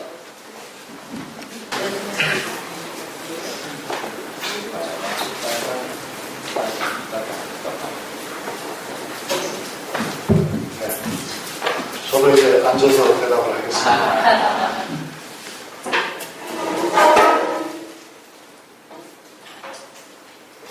자, 뭐든지 물어보십시오. 모르는 건 제가 모른다고 하면 되기 때문에 아무 문제 없습니다. 뭐든지 물어보시면 답변을 드리겠습니다. 근데 이제 여기서 그 쉬는 시간에 잠깐 앞에 계신 선생님하고 그런 말씀을 나눴는데 이 난중일기라고 하는 책은 번역본이 굉장히 많습니다. 그 번역을 한 분들마다 당신의 번역이 새롭다, 완전하다, 온전하다, 최고다 그런 여러 가지 이야기를 하겠죠. 왜냐하면 자기 번역이니까 그걸 우리가 다 이해할 수 있는 것인데 그런데 사실 근본적으로는 이은상 선생의 번역에서 크게 나아간 것은 거의 없어요. 그러니까 노산 이은상 선생이 과거에 그래도 꼼꼼하게 번역을 했고 아마 뭐 틀린 데가 전혀 없다 이렇게 말할 수는 없지만 그걸 봐도 어느 정도는 알 수 있게 돼 있고요. 그런데 이은상 선생 번역으로도 대단히 훌륭하다 그렇게 생각이 되지만 그런데 문제는 보통의 경우에는 일반 독자는 난중일기를 읽는 것이 쉽지 않아요. 이유는 뭐냐면 재미가 없어요. 그러니까 제가 이렇게 설명을 하면 거기에 뭔가 굉장히 많이 있을 것 같지만 막상 여러분이 그 안으로 들어가면은 건질 수 있는 것이 거의 없어요. 우선 일기의 양이 전체적으로 보면 제법 분량이 되지만 하루하루의 일기의 양은 매우 적어요. 뿐만 아니라 짧아요. 그리고 많은 경우에는 우리가 전혀 알지 못하는 인명들로 가득 차 있어요. 이 남중일기에 등장하는 사람의 숫자가 100명이 아니란 말이죠. 1000명 이상이란 말이에요. 그 1000명 이상의 이름이 어떤 사람은 10번도 나오고 어떤 사람은 3번만 나오고 어떤 사람은 20번도 나오는데 남중일기에 나오는 인물 중에 아주 유명한 인명사전에서 찾을 수 있는 사람이야 우리가 정보를 쉽게 얻을 수 있지만 나머지 사람들에 대해서는 따로 정보가 없거든요. 그러면 그 일기 안에서 뒤져가지고 전후 맥락을 봐서 찾아내야 한다 그 말이에요. 그게 보통 사람들이 할 수 있는 일은 아닌 거죠. 그래서 이제 아까도 제가 말씀드린 중에 가령 여러분이 가지고 계신 자료를 보더라도 예를 들어드릴게요. 남중일기를 제가 읽는 방법은 좀 다른 거예요.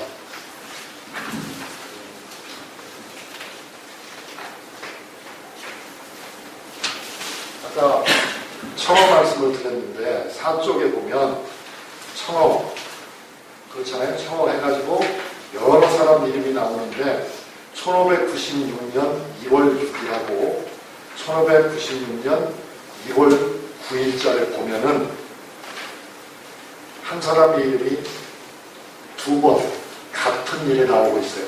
즉 누가 몇 마리를 바쳤는데 하천수가 바다다가 말렸다 됐잖아요. 그 다음에 그 사흘 뒤에도 보면 누가 잡았는데 하천수가 씻고 갔다 이렇게 됐잖아요.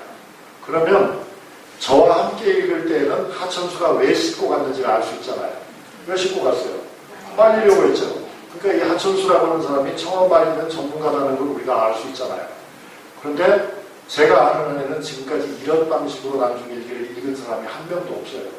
그러니까 이순신에 관한 책은 많지만 하천수 차적은 누군지 몰라. 그럼 기껏해야 괄호하고 이순신의 군관하고 땡이에요.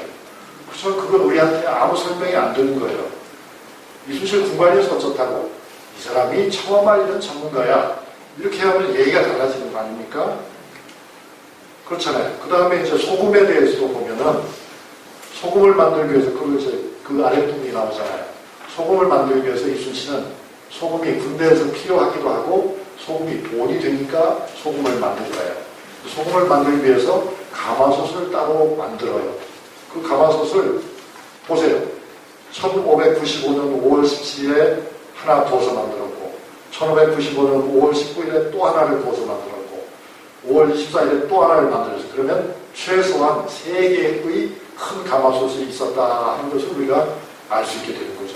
이순신이 나는 가마솥이 3개였다. 소금 만들기 위해서. 그런 말이 없지만 이 맥락에서 우리는 그걸 알 수 있잖아요. 그러니까 제가 읽는 방법은 그런 거라 그 말이에요. 그래서 자신 있게 얘기를 하는 거예요. 그 다음에 보면은 그 다음에죠. 다음에 보면 1596년 2월 10일에 보면은 뭐라고 돼 있어요. 도성의 계양묘사가 임찬이 소금 50섬을 실어갔다 이렇게 나오잖아요. 그럼 우리가 알 수 있는 거예요. 뭘 누가 실어갔다. 자기 임찬이라고 하는 사람이 뭐하러 실어갔겠어요. 이렇게 되면 이거 펄려갔다고 봐야 되겠죠. 왜냐하면 이순신의 군대는 이쪽 안쪽에 있고 저건 바깥쪽으로 싣고 간 거니까.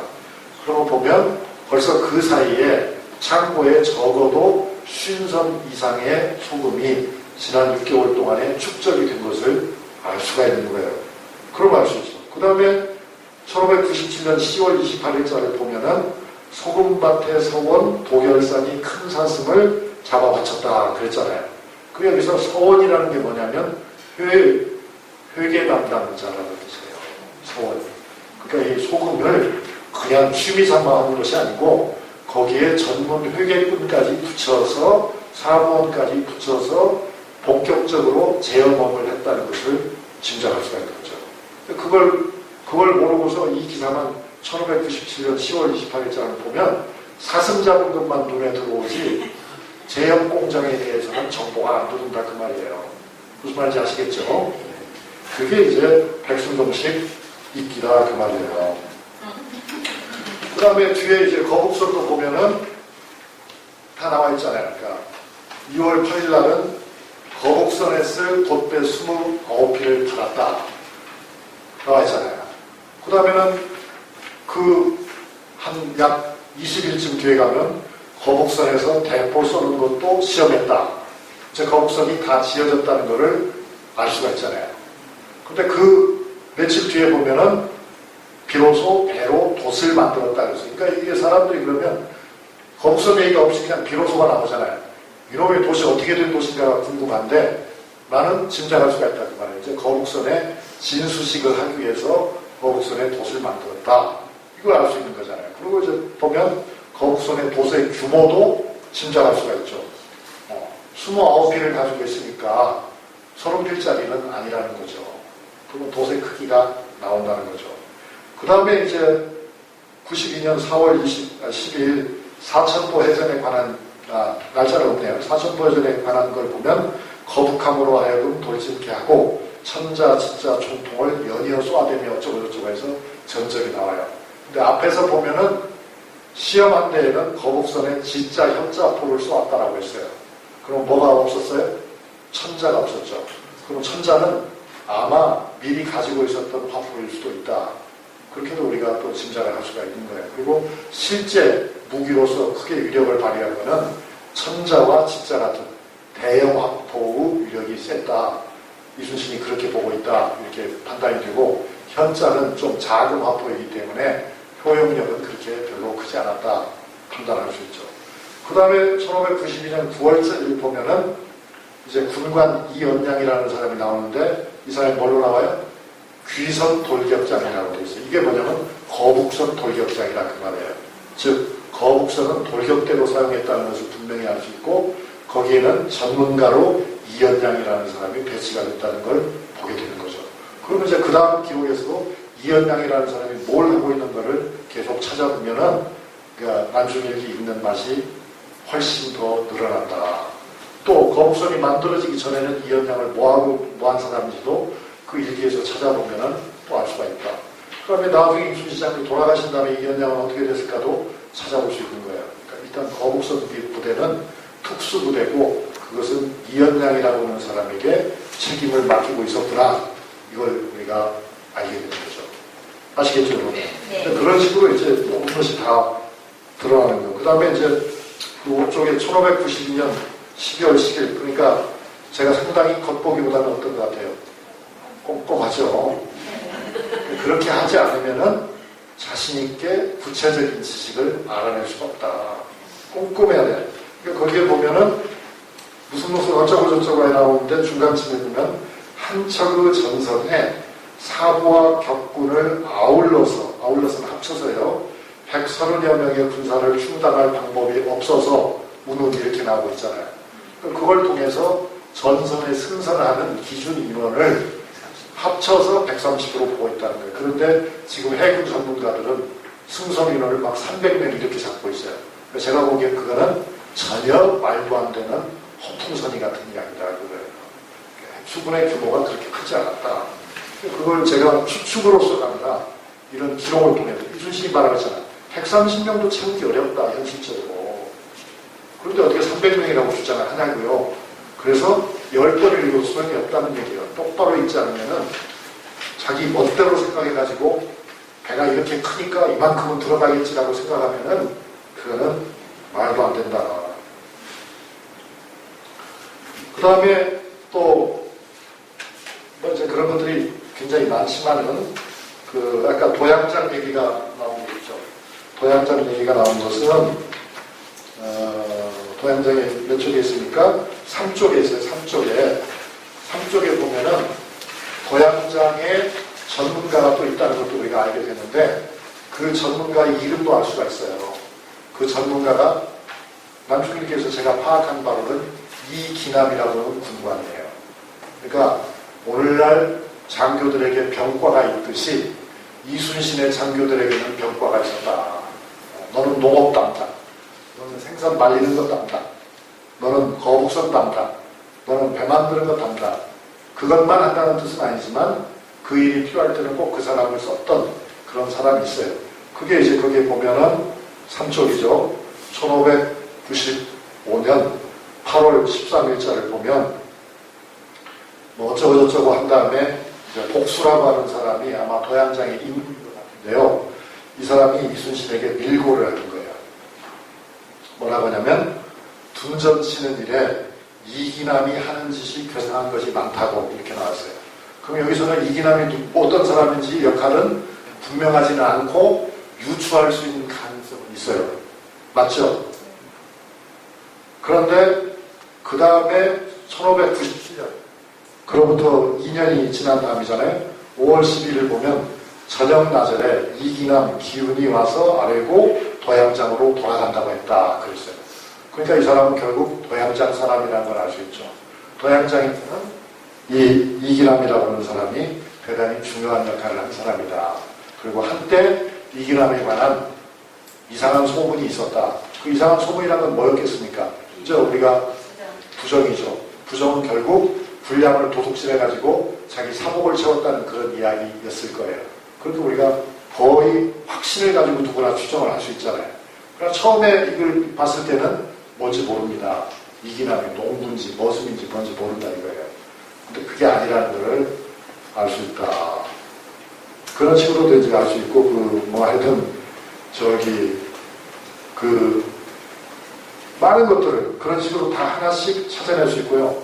문홍사 같은 경우도 한번 보세요. 문홍사 같은 경우를 보면은, 이제 부침했다는 말이 파종했다는 말인데, 1594년에는 음력으로 6월 7일 날 물을 한 대 5톱을 심었어요. 그런데 그보다 3년 뒤에 보면 1597년에는 6월 24일 날 그랬어요. 그렇잖아요.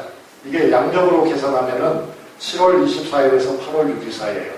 그러니까 7월 말에서 8월 초 사이에 그렇게 한 거예요. 그러니까 이거는 김장무가 분명한 거예요. 그 다음에 1597년도 보면은 6월 25일 날 파종을 하고 있어요. 이것도 양력 8월 7일이거든요. 이게 분명히 그런 거예요. 그러면 결국 우리가 결론을 내릴 수 있는 거죠. 문홍사를 짓는 것도 그냥 아무 때나 한 것은 아니고 김장무를 대량으로 심었다. 그리고 그 날짜가 대체로 늘 유사했다. 이런 것들을 볼 수 있는 거죠. 그 다음에 이제 매주 같은 경우도 보세요. 매주도 보면은 94년에 11월 26일 날 하고 그 다음에 96년에 2월 9일 하고 2월 20일 날 한 게 나오잖아요. 이렇게 매주는 항상 겨울철에 오니까 그것도 늘 일정하진 않았지만 하여튼 연말연시에 그렇게 나눠서 하는 것을 우리가 대강 짐작할 수가 있는 거죠. 그런 식으로. 그 다음에 이제 미역 같은 거 따는 것도 사쪽에 보면은 아무 때나 따는 건 아니에요. 아무 때나 따는 것이 아니고 음력으로 3월, 4월에 미역을 따요. 그걸 알 수 있어요. 그리고 6월 달에 가면은 이거는 딴 것이 아닐 거예요. 그럼 뭐였겠어요? 말려서 가져오는 거예요. 그러니까 2달 정도 그늘에 잘 말려가지고 음력으로 6월 중순 정도, 6월 하순 정도 되면 미역을 가져오는 걸 볼 수 있어요. 그때 보면은 이렇게 23일 하루에 53동, 53동을 캐왔다고. 그러니까 이건 되게 양식용이 아니라 자연산인 것 같은데요. 그러니까 하루에 50동, 60동씩을 수확기에 그렇게 캤다 하는 걸 알 수 있죠. 그렇잖아요. 그것도 보면은, 음력으로 치면은 3월 중순 이후에서부터 4월 말까지 그 일이 계속되고 있어요. 그러니까 미역 채취 기간이라는 것이 하루 이틀은 아니고 약 2달간에 걸쳐서 채취를 한다는 걸 볼 수 있어요. 근데 하루의 채취 규모가 50동에서 60동 정도 되니까 그러면 이제 날마다 채취하면 얼마가 될 것이고 반절만 채취하면 얼마가 되고 계산이 다 나오는 거잖아요. 그러면 최대 이순신이 가지고 있을 수 있는 미역의 양도 계산이 나온다. 그런 것들이 이제 다 우리가 알 수 있는 거고요. 그 다음에 이제 더 말하자면 중요하다고 볼 수 있는 현황에 대해서 보면은 앞에 일쪽에 보면 전선이 나오잖아요. 이게 이제 전라 사수역 이순신 본대의 전선이거든요. 1594년 11월 말 현재쯤 되는 것 같아요. 그런데 보면 전선이 전부 다 59척이에요. 즉 60척쯤 된다 그 말이에요. 그런데 보면 내용이 다 적혀 있어요. 뭐라고 되냐면 본영의 전선 7척. 그러니까 좌수형 본영은 거기에 소속된 전선이 7척인 거예요. 7척이에요. 7척인데 새로 만든 것 5척을 정비화해 왔고 전에 만든 2척에서 의병의 1척, 개조한 것이 1척이다 이렇게 되어 있어요. 그러니까 이건 잘 번역한 건 아닌데 뜻은 제가 알 수 있어요. 그러니까 여수 본영권은 배가 1594년 말에 전선이 7척이지만 그 중에 2척은 5척은 3배예요. 그러니까 전쟁 기간 중에도 얼마나 열심히 배를 만들었는가 하는 걸 알 수 있죠. 그러니까 아마도 1594년 1년 동안에 여수 본영에서만 그것이 5척이라는 것을 알 수 있어요. 근데 그게 전부가 아닌 건 아닌 것도 여러분 이제 뒤에 보면 압니다. 그 다음에 거기서 또 재미난 게 뭐냐면 여수 본영의 배 중에서 7척 중에 1척은 누구 몫이에요? 의병 몫이에요. 그러니까 육군만 의병이 있는 게 아니고 수군도 의병이 있었다. 그래서 그 중에 1척은 아예 의병들에게 맡기고 있었다 하는 것도 알 수 있죠. 그래서 또 그 일기를 열심히 찾아보면은 뭐라고 하는 사람이 바로 그 의병장으로 나와요. 그래서 그 사람을 이순신이 굉장히 높이 평가하는데 이 성장군이 의병장군이죠. 실제 칭호받고 이 성장군이 일찍 죽어요. 그래서 이 이순신이 굉장히 통탄해하기도 하고 이 의병들이 타는 배가 또 성장군이 이끄는 그 민간인 의병만 있는 것이 아니고 스님 의병도 있어요. 스님 의병도 있는데 스님 의병장은 이름이 의능이에요. 그러니까 법포가 의능이에요. 그런데 그 사람의 신분도 제가 알아요. 그것도 다 조사를 해봤죠. 조사를 해보니까 의능이 양반이냐 평민이냐 뭐냐 종이에요. 그걸 어떻게 알았냐면 스님 의병장이 종이라고요. 사명당 아시잖아요. 사명당이 이 의능, 이순신 장군의 의병장한테 스님 의병장 의능에게 면천의 교지를 만들어서 보내요. 근데 그걸 위조했어요. 그래서 이순신이 혀를 끌끌 찬 게 나와요. 사명당이 감히 면천 교지를 조작하다니 그런 게 나와요. 그러니까 사명당은 스님이니까 의능을 어떻게든지 평민의 신분으로 만들어주고 싶었던 거예요. 그래서 면천이라고 써줬지만 그건 사명당의 권한이 아니라 이거죠. 그런 것들이 보면 호수부리는 딱 알게 되면 의는 스님 의병장인데 원래는 종이었구나. 그런 것도 다 알게 되는 거죠. 그 다음에 보세요. 순천에 소속된 배는 전선이 10척이에요.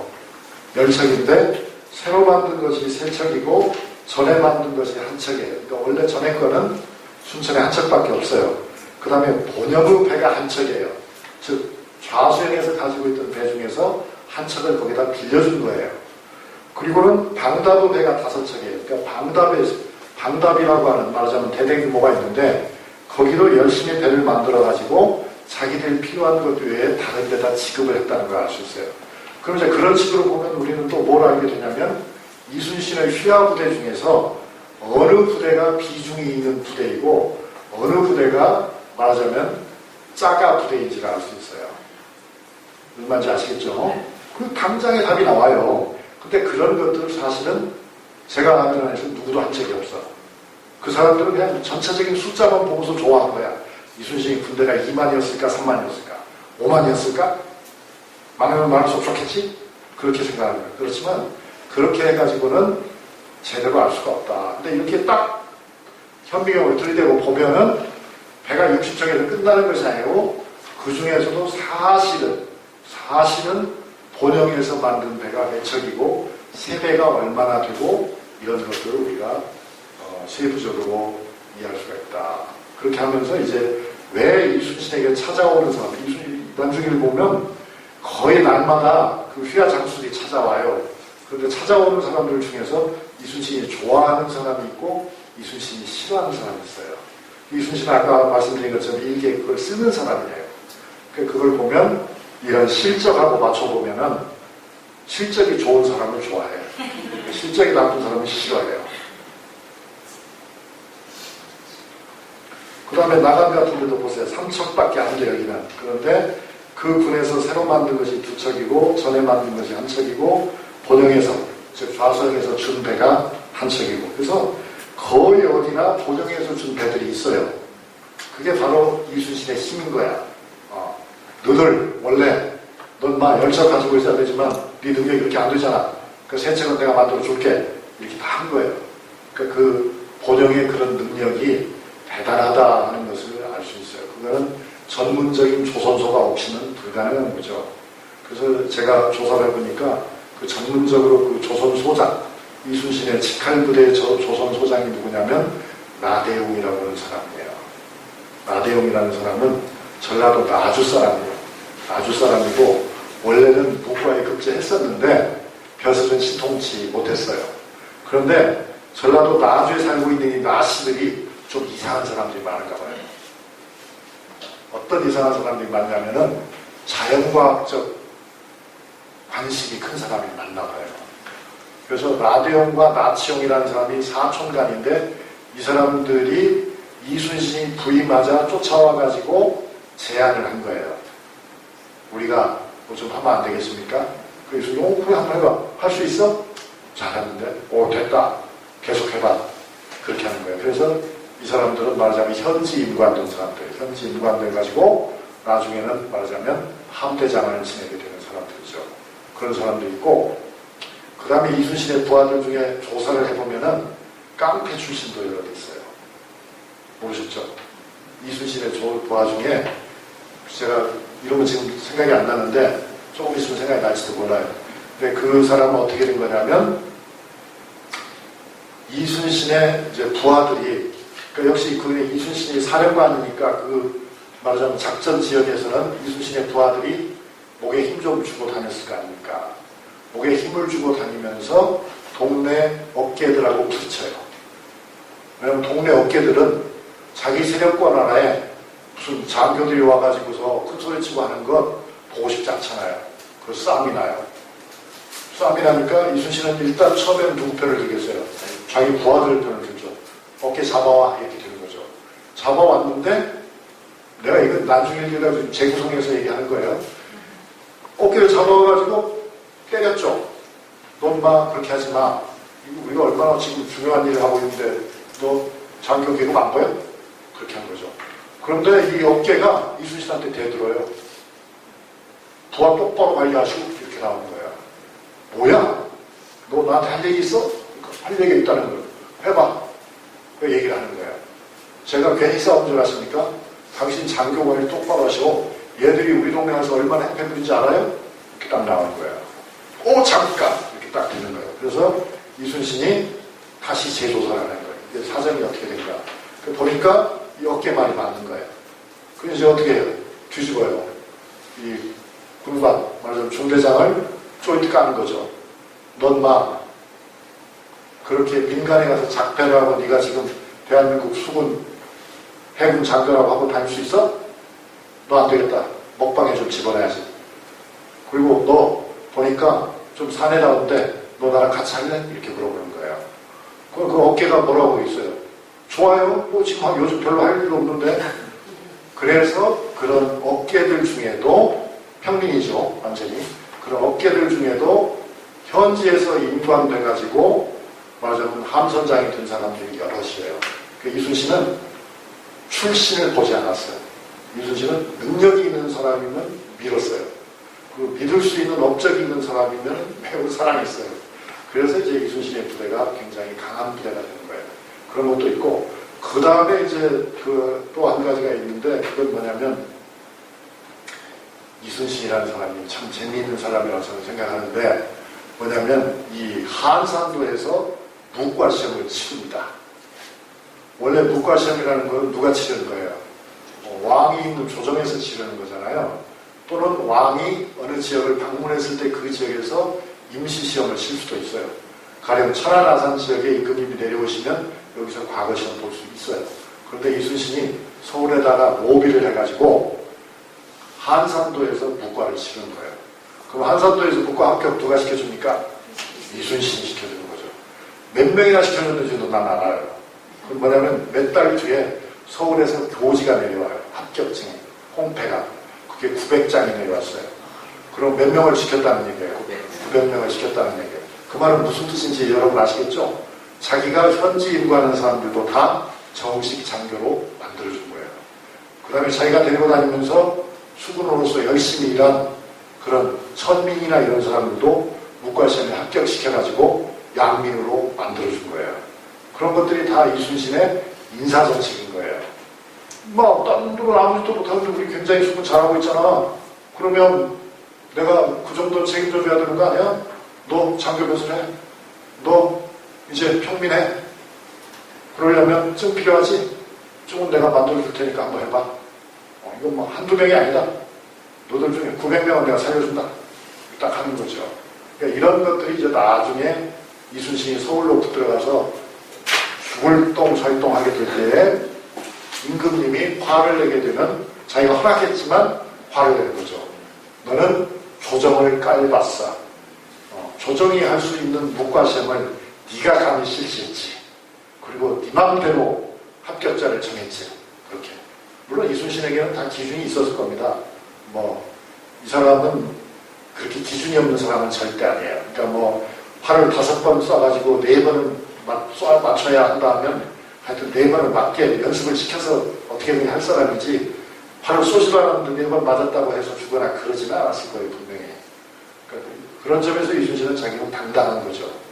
왜냐하면 이 묵과시험 같은 경우는 이미 조정에서 실시할 때도 그야말로 개판으로 엉망으로 진행할 때가 많아가지고 조선 후기가 되면 시험장에서는 한 묵과시험에서 합격자가 2만 명이 나올 때도 있었어요. 그러니까 묵과에 합격한 것 자체가 명예가 되겠어요, 안 되겠어요? 전혀 안 됐어요. 그래서 조선시대에는 묵과 합격자 명부가 없습니다. 조선시대는 묵과 합격자 명부가 일부 남아있을 뿐이고, 한번 생각해보세요. 2만 명 합격한 시험에 2만 명 합격자 명부가 있겠어요? 없어요. 그래서 그야말로 묵과라고 하는 것이 거의 보너스로 주어지다시피 한 적이 굉장히 많았습니다. 그러니까 묵과는 문과하고는 그런 점에서는 질적으로 많이 달랐다. 그러니까 이순신도 900명씩 합격시켜준 거죠. 조정에서 1000명, 2000명 할 수 있다면 우리 한산도에서 900명 시켜주는 건 무방하다. 이렇게 본 거죠. 그러니까 그런 것들을 우리가 알 수 있다. 그러니까 이 난중일기라고 하는 것은 사실은 보고예요, 보물인데 지금까지 보물을 사람들이 많이 캔 것도 사실이지만 제가 보기에는 못 캔 보물이 훨씬 더 많다. 왜 못 캔냐면 읽는 법을 몰라서 사람들이 못 캔다고 생각해요. 그래서 이제 저는 그걸 이제 뭐라고 얘기하냐면 나는 가정을 하고 그 가정의 틀 안에 걸리는 게 있는지 없는지를 꼼꼼하게 조사한다. 그렇기 때문에 다른 사람이 100번 읽어서도 모르는 것도 알 수 있다. 그렇게 얘기를 하는 거죠. 그래서 이제 제가 쓴 책들이 그런 책들이 많은데 정조와 불량성비 강희천이라고 하는 한 권의 책이에요. 그 한 권의 책을 써서 여러분에게 제가 칭찬받으려고 하는 것이 아니고 알 건 알고 피할 건 피하는 것이 피할이니까 말씀드리면 그걸로 제가 제52회 한국 출판문화상 학술 저작상을 받았어요. 그런데 그건 뭐냐면 상은 큰 상을 받았죠. 근데 그 큰 상을 받은 것이 뭐냐면 강희천이라는 사람을 만약에 여러분이 조사해 보시면 조선왕조실록에 3번 정도밖에 안 나와요. 그리고 3번도 한 2번 정도는 사기꾼이라고 나오고 끝나요. 아무것도 몰라요. 그런데 그 사람을 주인공으로 삼아서 한 권의 책을 쓸 수 있었다. 어떻게 그게 가능했겠어요? 그거는 그야말로 그렇게 밀착 취재와 그 다음에 간접적인 자료들도 그것을 몇 번을 걸러가지고 자료가 말하고 있지 않은 진실들을 찾아 나갔기 때문에 그런 거죠. 그 결과 이제 저는 그 사실을 알게 된 거예요. 뭘 알게 됐냐면 정조가 여러분들이 대단히 좋아하는 사랑하는 정조라는 임금이 강희천이라는 사람을 아주 죽도록 싫어했다는 걸 아는 거예요. 그거는 강희천을 싫어하는 것이 아니라는 것이 제 주장이죠. 정조가 강희천을 그렇게 싫어할 이유는 없어요. 사실 알고 보니까 정조는 10살짜리 강희천을 만난 적이 있어요. 왜냐하면 강희천이라는 사람은 천재였어요. 강희천이라는 사람은 한쪽 눈이 멀었고 한쪽 다리를 질질 끌고 다니는, 말하자면 시쳇말로 병신이죠. 그런데 천재예요. 이 사람은 누구의 손자냐면 여러분이 거기까지는 아실지도 몰라요. 강세왕이라는 사람이 있어요. 이 사람이, 강세왕이라는 사람은 단원 김홍도의 스승이에요. 단원 공무 김홍도에게 그림을 가르쳐준. 그렇지만 이 강세왕이라는 사람은 화가가 아니고, 단순한 화가가 아니고 조정의 벼슬을 한 사람이에요. 말하자면 장관 벼슬을 한 사람이에요. 영조 밑에서. 영조 때 최고의 화가이자 최고의 시인이자 최고의 글쟁이였어요. 대단한 사람이죠. 이 사람들은, 이 강씨들은 천안에 살았어요. 이 강씨들이. 그러니까 천안에만 사는 건 아니고 서울에 살지만 천안에 농토가 있었어요. 그래서 이 사람들의 후손이 지금도 공주에도 살아요. 우리나라에 말하자면 북인들, 소북이라고 해요. 북인 중에서도 소북의 대표 명가예요, 이 집이. 그러니까 아주 수제 집안이에요. 거기에 강희천이에요. 그런데 말이 길었지만 이 강희천이라는 사람은 10살 때, 그러니까 천재라는 소문이 나가지고 정조가 한번 만나본 거예요. 그리고 선물을 줬어요. 그러니까 어떤 사람이에요? 몸은 병신이지만 능력은 대단한 사람이죠. 그런데 이 사람이 결국 왜 사기꾼 소리를 듣게 되는가? 왜 결국 성공하지 못하게 되냐면 이 사람이 천주교를 믿게 돼요. 이 사람이 정감독을 믿게 돼요. 이 사람이 세상을 바꿀 생각을 했어요. 이 사람이 주문모하고 작당을 했어요. 그런 일들이 있었던 거예요. 그러니까 그렇게 된 가장 근본적인 배경을 저는 이제 뭐라고 얘기를 하냐면은 사회적 상상력을 가진 거예요, 이 사람은. 그러니까 보통의 사람들은 상상력이 부족해요. 보통의 사람들은 상상력이 부족해서 남이 가르치는 대로, 책에 나와 있는 대로 현재의 세상을 유일한 세상으로 알고 살아가요. 보통 사람들은. 맞죠? 네. 그런 세상의 룰을 바꿀 생각을 못하죠. 그런데 강희천이라는 사람은 그 룰을 바꿀 수 있다고 생각하는 거예요. 그리고 바꿔야 한다고 생각하는 거예요. 그리고 그렇게 된 이유는 이 사람의 문학적 취향에서부터 시작이 된 거예요. 그 문학적 취향이라는 것이 바로 뭐냐면 이른바 새로운 문학. 그러니까 중국의 명나라와 청나라 때 새로운 문해사조가 일어나요. 근데 새로운 문해사조는 이것은 서양 사람들의 영향을 받은 거예요, 분명히. 그래서 이거는 주관적이고, 객관적이 아니고 주관적이고, 그리고 중심이 지배층 중심이 아니라 평민 중심의 생각이에요. 여기에 이 천재적인 문인 강희천이 물이 든 거예요. 강희천만 물이 든 것이 아니라 그 당시에 그런 사람들이 제법 있었던 거예요. 그 중에 한 사람이 예를 들면 박지원 같은 사람이죠. 그런데 박지원은, 그것도 제가 연구를 통해서 주장을 한 거지만, 박지원은 여러분이 알고 있는 박지원이 아니에요. 박지원은 자기 스스로를 배신해요. 왜? 출세를 하고 싶어서. 그래서 정조가 준 사탕을 물어요. 정조가 벼슬을 시켜주고 그 대신 자기는 정조가 싫어하는 문체를 버려요. 그러니까 여러분들은, 국문학자들은 박지원을 포기하지 않기 위해서 박지원이 끝까지 자기 길을 갔다라고 주장을 해요. 근데 그 거짓말이에요. 그걸 이제 여기서 길게 얘기하지 않고, 강희천과 같은 사람은 그 사탕을 물지 않았어요. 그렇기 때문에 강희천에게는 기회가 오지 않았고 대신에 죽음이 강희천을 기다리고 있었던 거예요. 자, 그런 것들을 이제 쓴 것이 정조와 불량선비 강희천이라는 책인데 좀 어렵대요, 내용이. 근데 이제 어쨌든 제가 말씀드린 거는 자랑을 위한 목적이라기보다도 여러분을 좀 더 납득시키기 위해서 방법, 그러니까 사물을 보는 방법이 여럿이에요.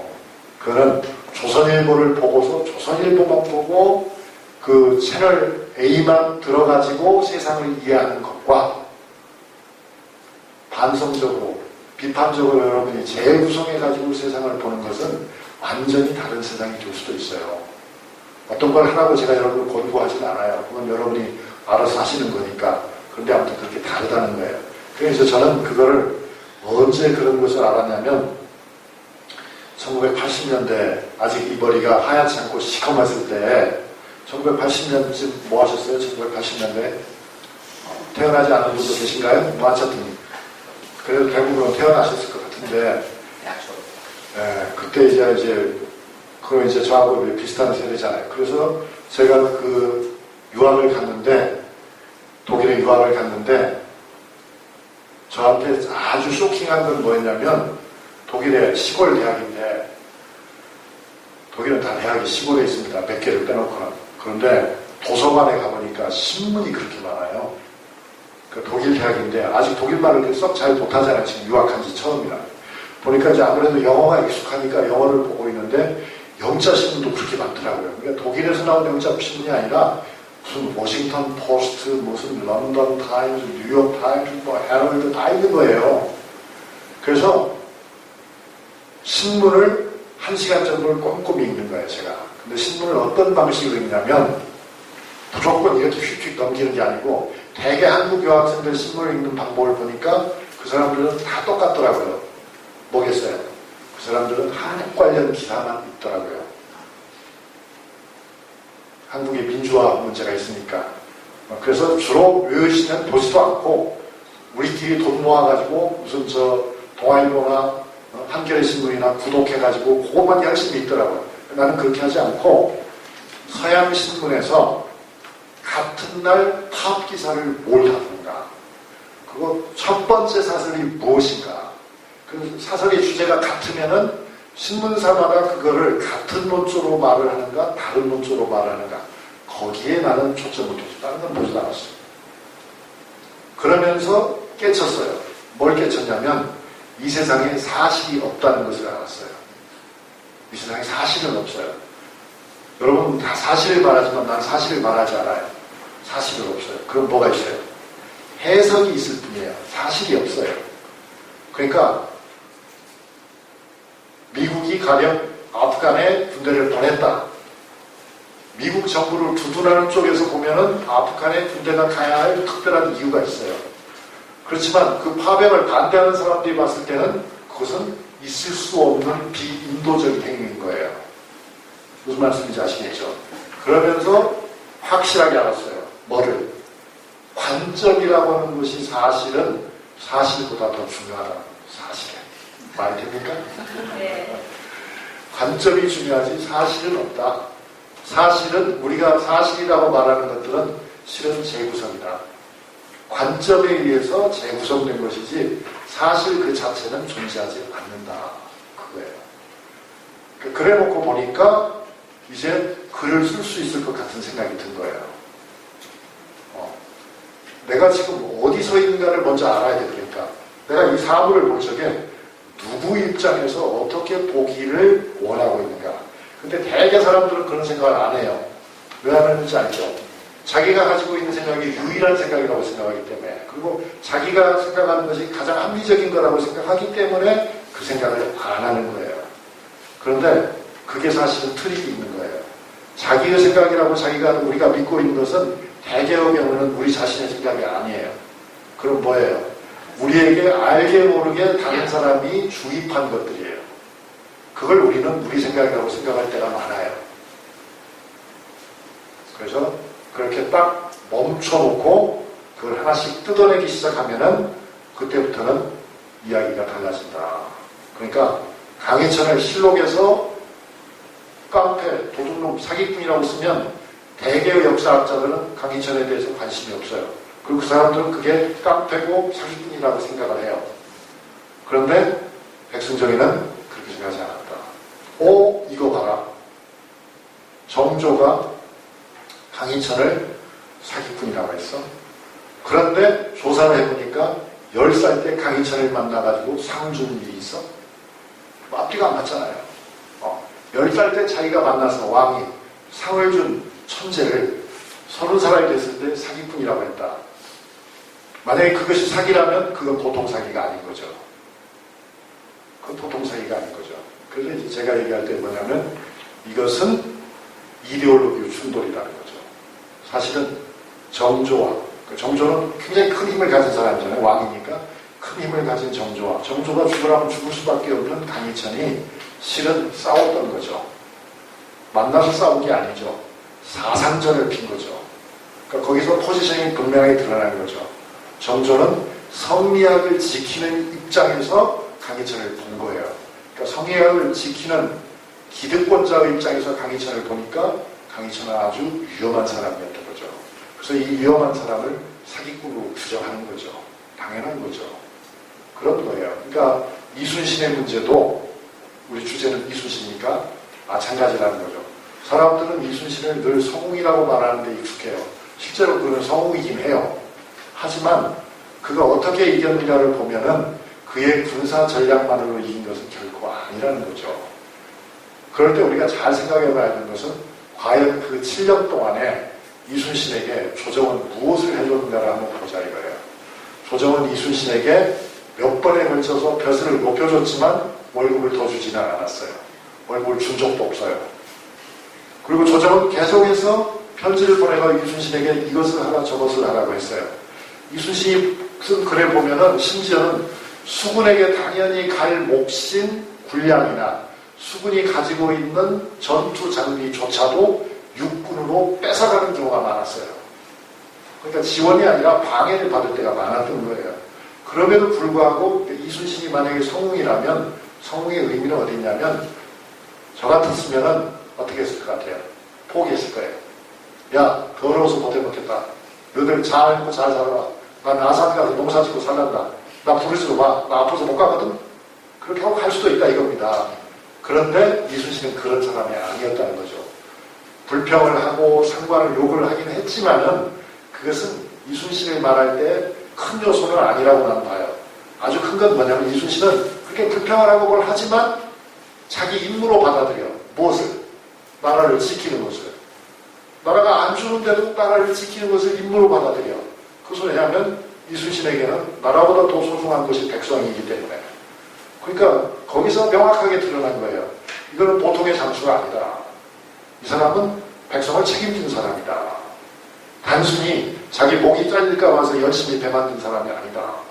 털서 배 안 만들어도 목 안 잘려요. 그러니까 이제 그런 점에서 그런 이순신다움을 보는데 그렇게 하기 위해서 이순신은 밤을 새가면서 야 화살 몇 개인가 세어봐. 대나무 우리 몇 개 가지고 있어. 큰 건 몇 개, 작은 건 몇 개. 좀 여기다 좀 적어보자. 배는 어떻게 됐지? 그렇게 해서 적은 거라고 봐요. 그러니까 이제 그런 것들이 그러니까 결국 저는 어떻게 보면 사소한 기록들이 사실 그 마음속에 무엇이 있었는가를 우리에게 너무나도 잘 보여준다. 보통 경우 같으면 총괄표는 밑에 무슨 사령관은 아니고 무슨 작전 장본든지 누가 하나 가지고 있을 거 아닙니까? 그걸 내가 일기에까지 적을 필요는 없는 거잖아요. 근데 그걸 자기가 적고 있다는 것은 그럴 만한 부하가 없었다라기보다는 그가 그 문제를 얼마나 심각하게 생각하고 있었는지를 알 수 있다. 그래서 이제 이걸 보면은 오늘은 그런 말씀을 못 드렸지만은 이순신 밑에서 화살을 주로 만든 사람이 누군지도 알 수 있어요. 그것도 다 알 수 있어요. 옥지라고 하는 사람이에요. 그 사람도 아마 신분은 종인 것 같아요. 옥지라고 하는 사람이 주로 대나무를 가져다가 화살을 만들어와요. 그 다음에 이제 칼을 잘 만드는 사람이 누군지도 알 수 있어요. 그러니까 지금 아산에 있는 그 현충사에 있는 칼도 누가 만들었는지를 우리가 이름으로써 알 수도 있다. 거기 이름이 안 나와 있지만. 왜냐하면 남중일기에 자주 등장하는 그 칼 만드는 그 사람이 아니면 누구였겠어요. 그건 뭐 사실상 그렇게 추정할 수가 있다. 이제 그런 식으로 사실 우리는 이순신이라는 이름은 크게 알고 있지만은 실제 이순신이 가장 많은 시간 동안 고심했던 것은 잘 모르고 있다. 그것이 바로 물적인 의미에서의 인적인 의미에서의 경영의 문제였고 오늘은 뭐 본격적으로 다루지 못한 또 다른 측면이 있는 거죠. 그건 뭐냐면 원균의 문제죠. 원균이라고 하는 사람이 이 인적 경영에 있어서도 이순신에게 가장 큰 도전이었고 이순신에게 가장 어려운 숙제가 원균이었던 거예요. 그리고 이 원균이라는 사람은 이순신의 일기에서 보면은 무식하다라고 하고 생각이 없다라고 말하지만 제가 보기에는 저 나름의 독보부를 읽었을 때는 이순신의 일기를 읽고서 얘기하는 거예요. 이순신이 무식하다고 썼으니까 그럼 무식한 거다. 저는 그렇게 보지 않아요. 원균이라는 사람은 아주 교활한 사람이에요. 그 사람은 이순신 못지않게 정치적인 사람이에요. 다만 이순신만큼의 인문적 교양이 없는 사람이죠. 그렇지만 이 사람이 아주 머리가 좋은 사람이에요. 멍청한 사람이 아니에요. 머리가 좋아서 이순신을 방해할 수 있는 방해 전파를 각 방향으로 쏟아낼 수 있는 사람이에요. 이 사람은 심지어는 술을 얼마 안 마시고도 그래서 누가 오면 쇼를 하는 사람이에요. 술에 취한 척하면서 이순신에게 막 앵기는 거예요. 말을 안 듣는 거예요. 그건 다 각본이거든요. 원균에. 그러니까 이건 멍청한 사람이 아니에요. 아주 교활 상단이지 진짜. 그러한 원균이었다. 그래서 그 원균을 상대하기가 굉장히 어려웠어요. 그렇지만 이순신이 원균을 상대하는 방법을 보면 또 그렇게 단순하지가 않아요. 많은 경우에 이순신은 원균을 불러가지고 같이 작전도 짜고 밥도 먹고 술도 대접하고 다 그래요. 그리고 원균의 동생들도 서울에 올라가거나 그럴 때 다 이순신한테 가서 인사도 하고 다 그래요. 그런데 그 원균의 부하 중에는 이순신 사람들이 들어있어요. 그래서 그 사람들이 또 원균에 관해서 또 이야기를 또 다 해요. 그걸 또 여기서 다 적고 있어요. 그 다음에 원균이 서울에다가 상소를 그 보고서를 올릴 적에 부본을 또 하나 슬쩍 집어넣어가지고 거기 이순신 욕을 잔뜩 한 대로 써보내요. 그러면 그것이 또 서울에서 이순신의 첩보방해에서 걸려가지고 그러면 또 밑으로 내려와요. 무슨 말인지 아시겠죠? 그렇지만 이순신은 원균과 간교를 하지 못해요. 그러니까 만약에 여러분이 이순신이었으면 어떻게 하셨겠습니까? 제가 만약에 이순신이었더라면 저는 믿을 만한 부하를 시켜서 해결했을 거예요. 그 해결이 뭐겠습니까? 원균을 죽이는 거예요. 원균을 죽였으면 간단해요. 원균을 사고를 해서 죽여버렸으면 간단해요. 그런데 이순신이라는 사람이 올바른 사람인 것은 뭐냐면 저 같으면 그렇게 했을 텐데 이순신도 그런 생각을 하긴 했겠지만 차마 그렇게 못하는 거예요. 그래서 그놈이 살아가지고 결국은 이순신이 만들어놓은 저 전함들도 다 불살라버리고 모든 것을 다 수포로 돌아가게 하죠. 그러니까 이순신이 실패한 경영은 원균이었다. 이순신은 원균 경영에는 실패했다. 원균은 간단한 사람이 아니었다. 이제 30분 시간이 다 됐으니까 다른 질문은 오늘 하지 마시고 잘 듣고 두셨다가 내주에 하시기 바랍니다. 내일 다음 주에는 그거죠. 이제 전쟁의 신 이순신. 결코 그래요? 뭐 하시죠 뭐. 제가 잘못 알고 있는지 모르겠는데 선조 용도님이 이순신을 좀 되게 막 시기하고 미워하고 좀 그렇게 쓰잖아요. 그래서 이제 이순신이 마지막 전투에서 노란해진에서 돌아가셨잖아요. 근데 이제 제가 조금 이렇게 듣기로는 이순신 장군님이 뭐 일부러 자살을 했다 이런 말이 사실 좀 많이 들렸었거든요. 그 첫 시간에 이미 다 얘기했는데 첫 시간 나오셨죠? 이렇게만 다 알게 되는 거예요. 따로 듣겠습니다. 아니에요, 괜찮고요. 제가 뭐 면박 드리는 사람이 바쁘면은 언제든지 빠질 수 있죠. 그건 절대로 제가 뭐라고 할 수 있는 권한은 아니에요. 근데 이제 이미 말했기 때문에 아주 다른 분들은 다 알고 계시니까 간단하게 말씀드리면 이순신이 죽고 싶었던 건 사실이지만은 일부러 그렇지는 않았다는 거죠. 이순신은 오히려 그때는 구체적인 정황으로 보면 진린의 부장인 등자룡이라는 사람이 있는데 등자룡이라는 사람이 오버액션 하는 바람에 등자룡이 배가 갯벌에 빠졌어요. 그런데 그걸 외면할 수 없었던 거예요. 그래서 그 등자룡이를 구하려다가 결국은 등자룡도 죽고 이순신도 죽는 거예요. 그러니까 그건 아니라는 거죠. 네, 그래요. 감사합니다.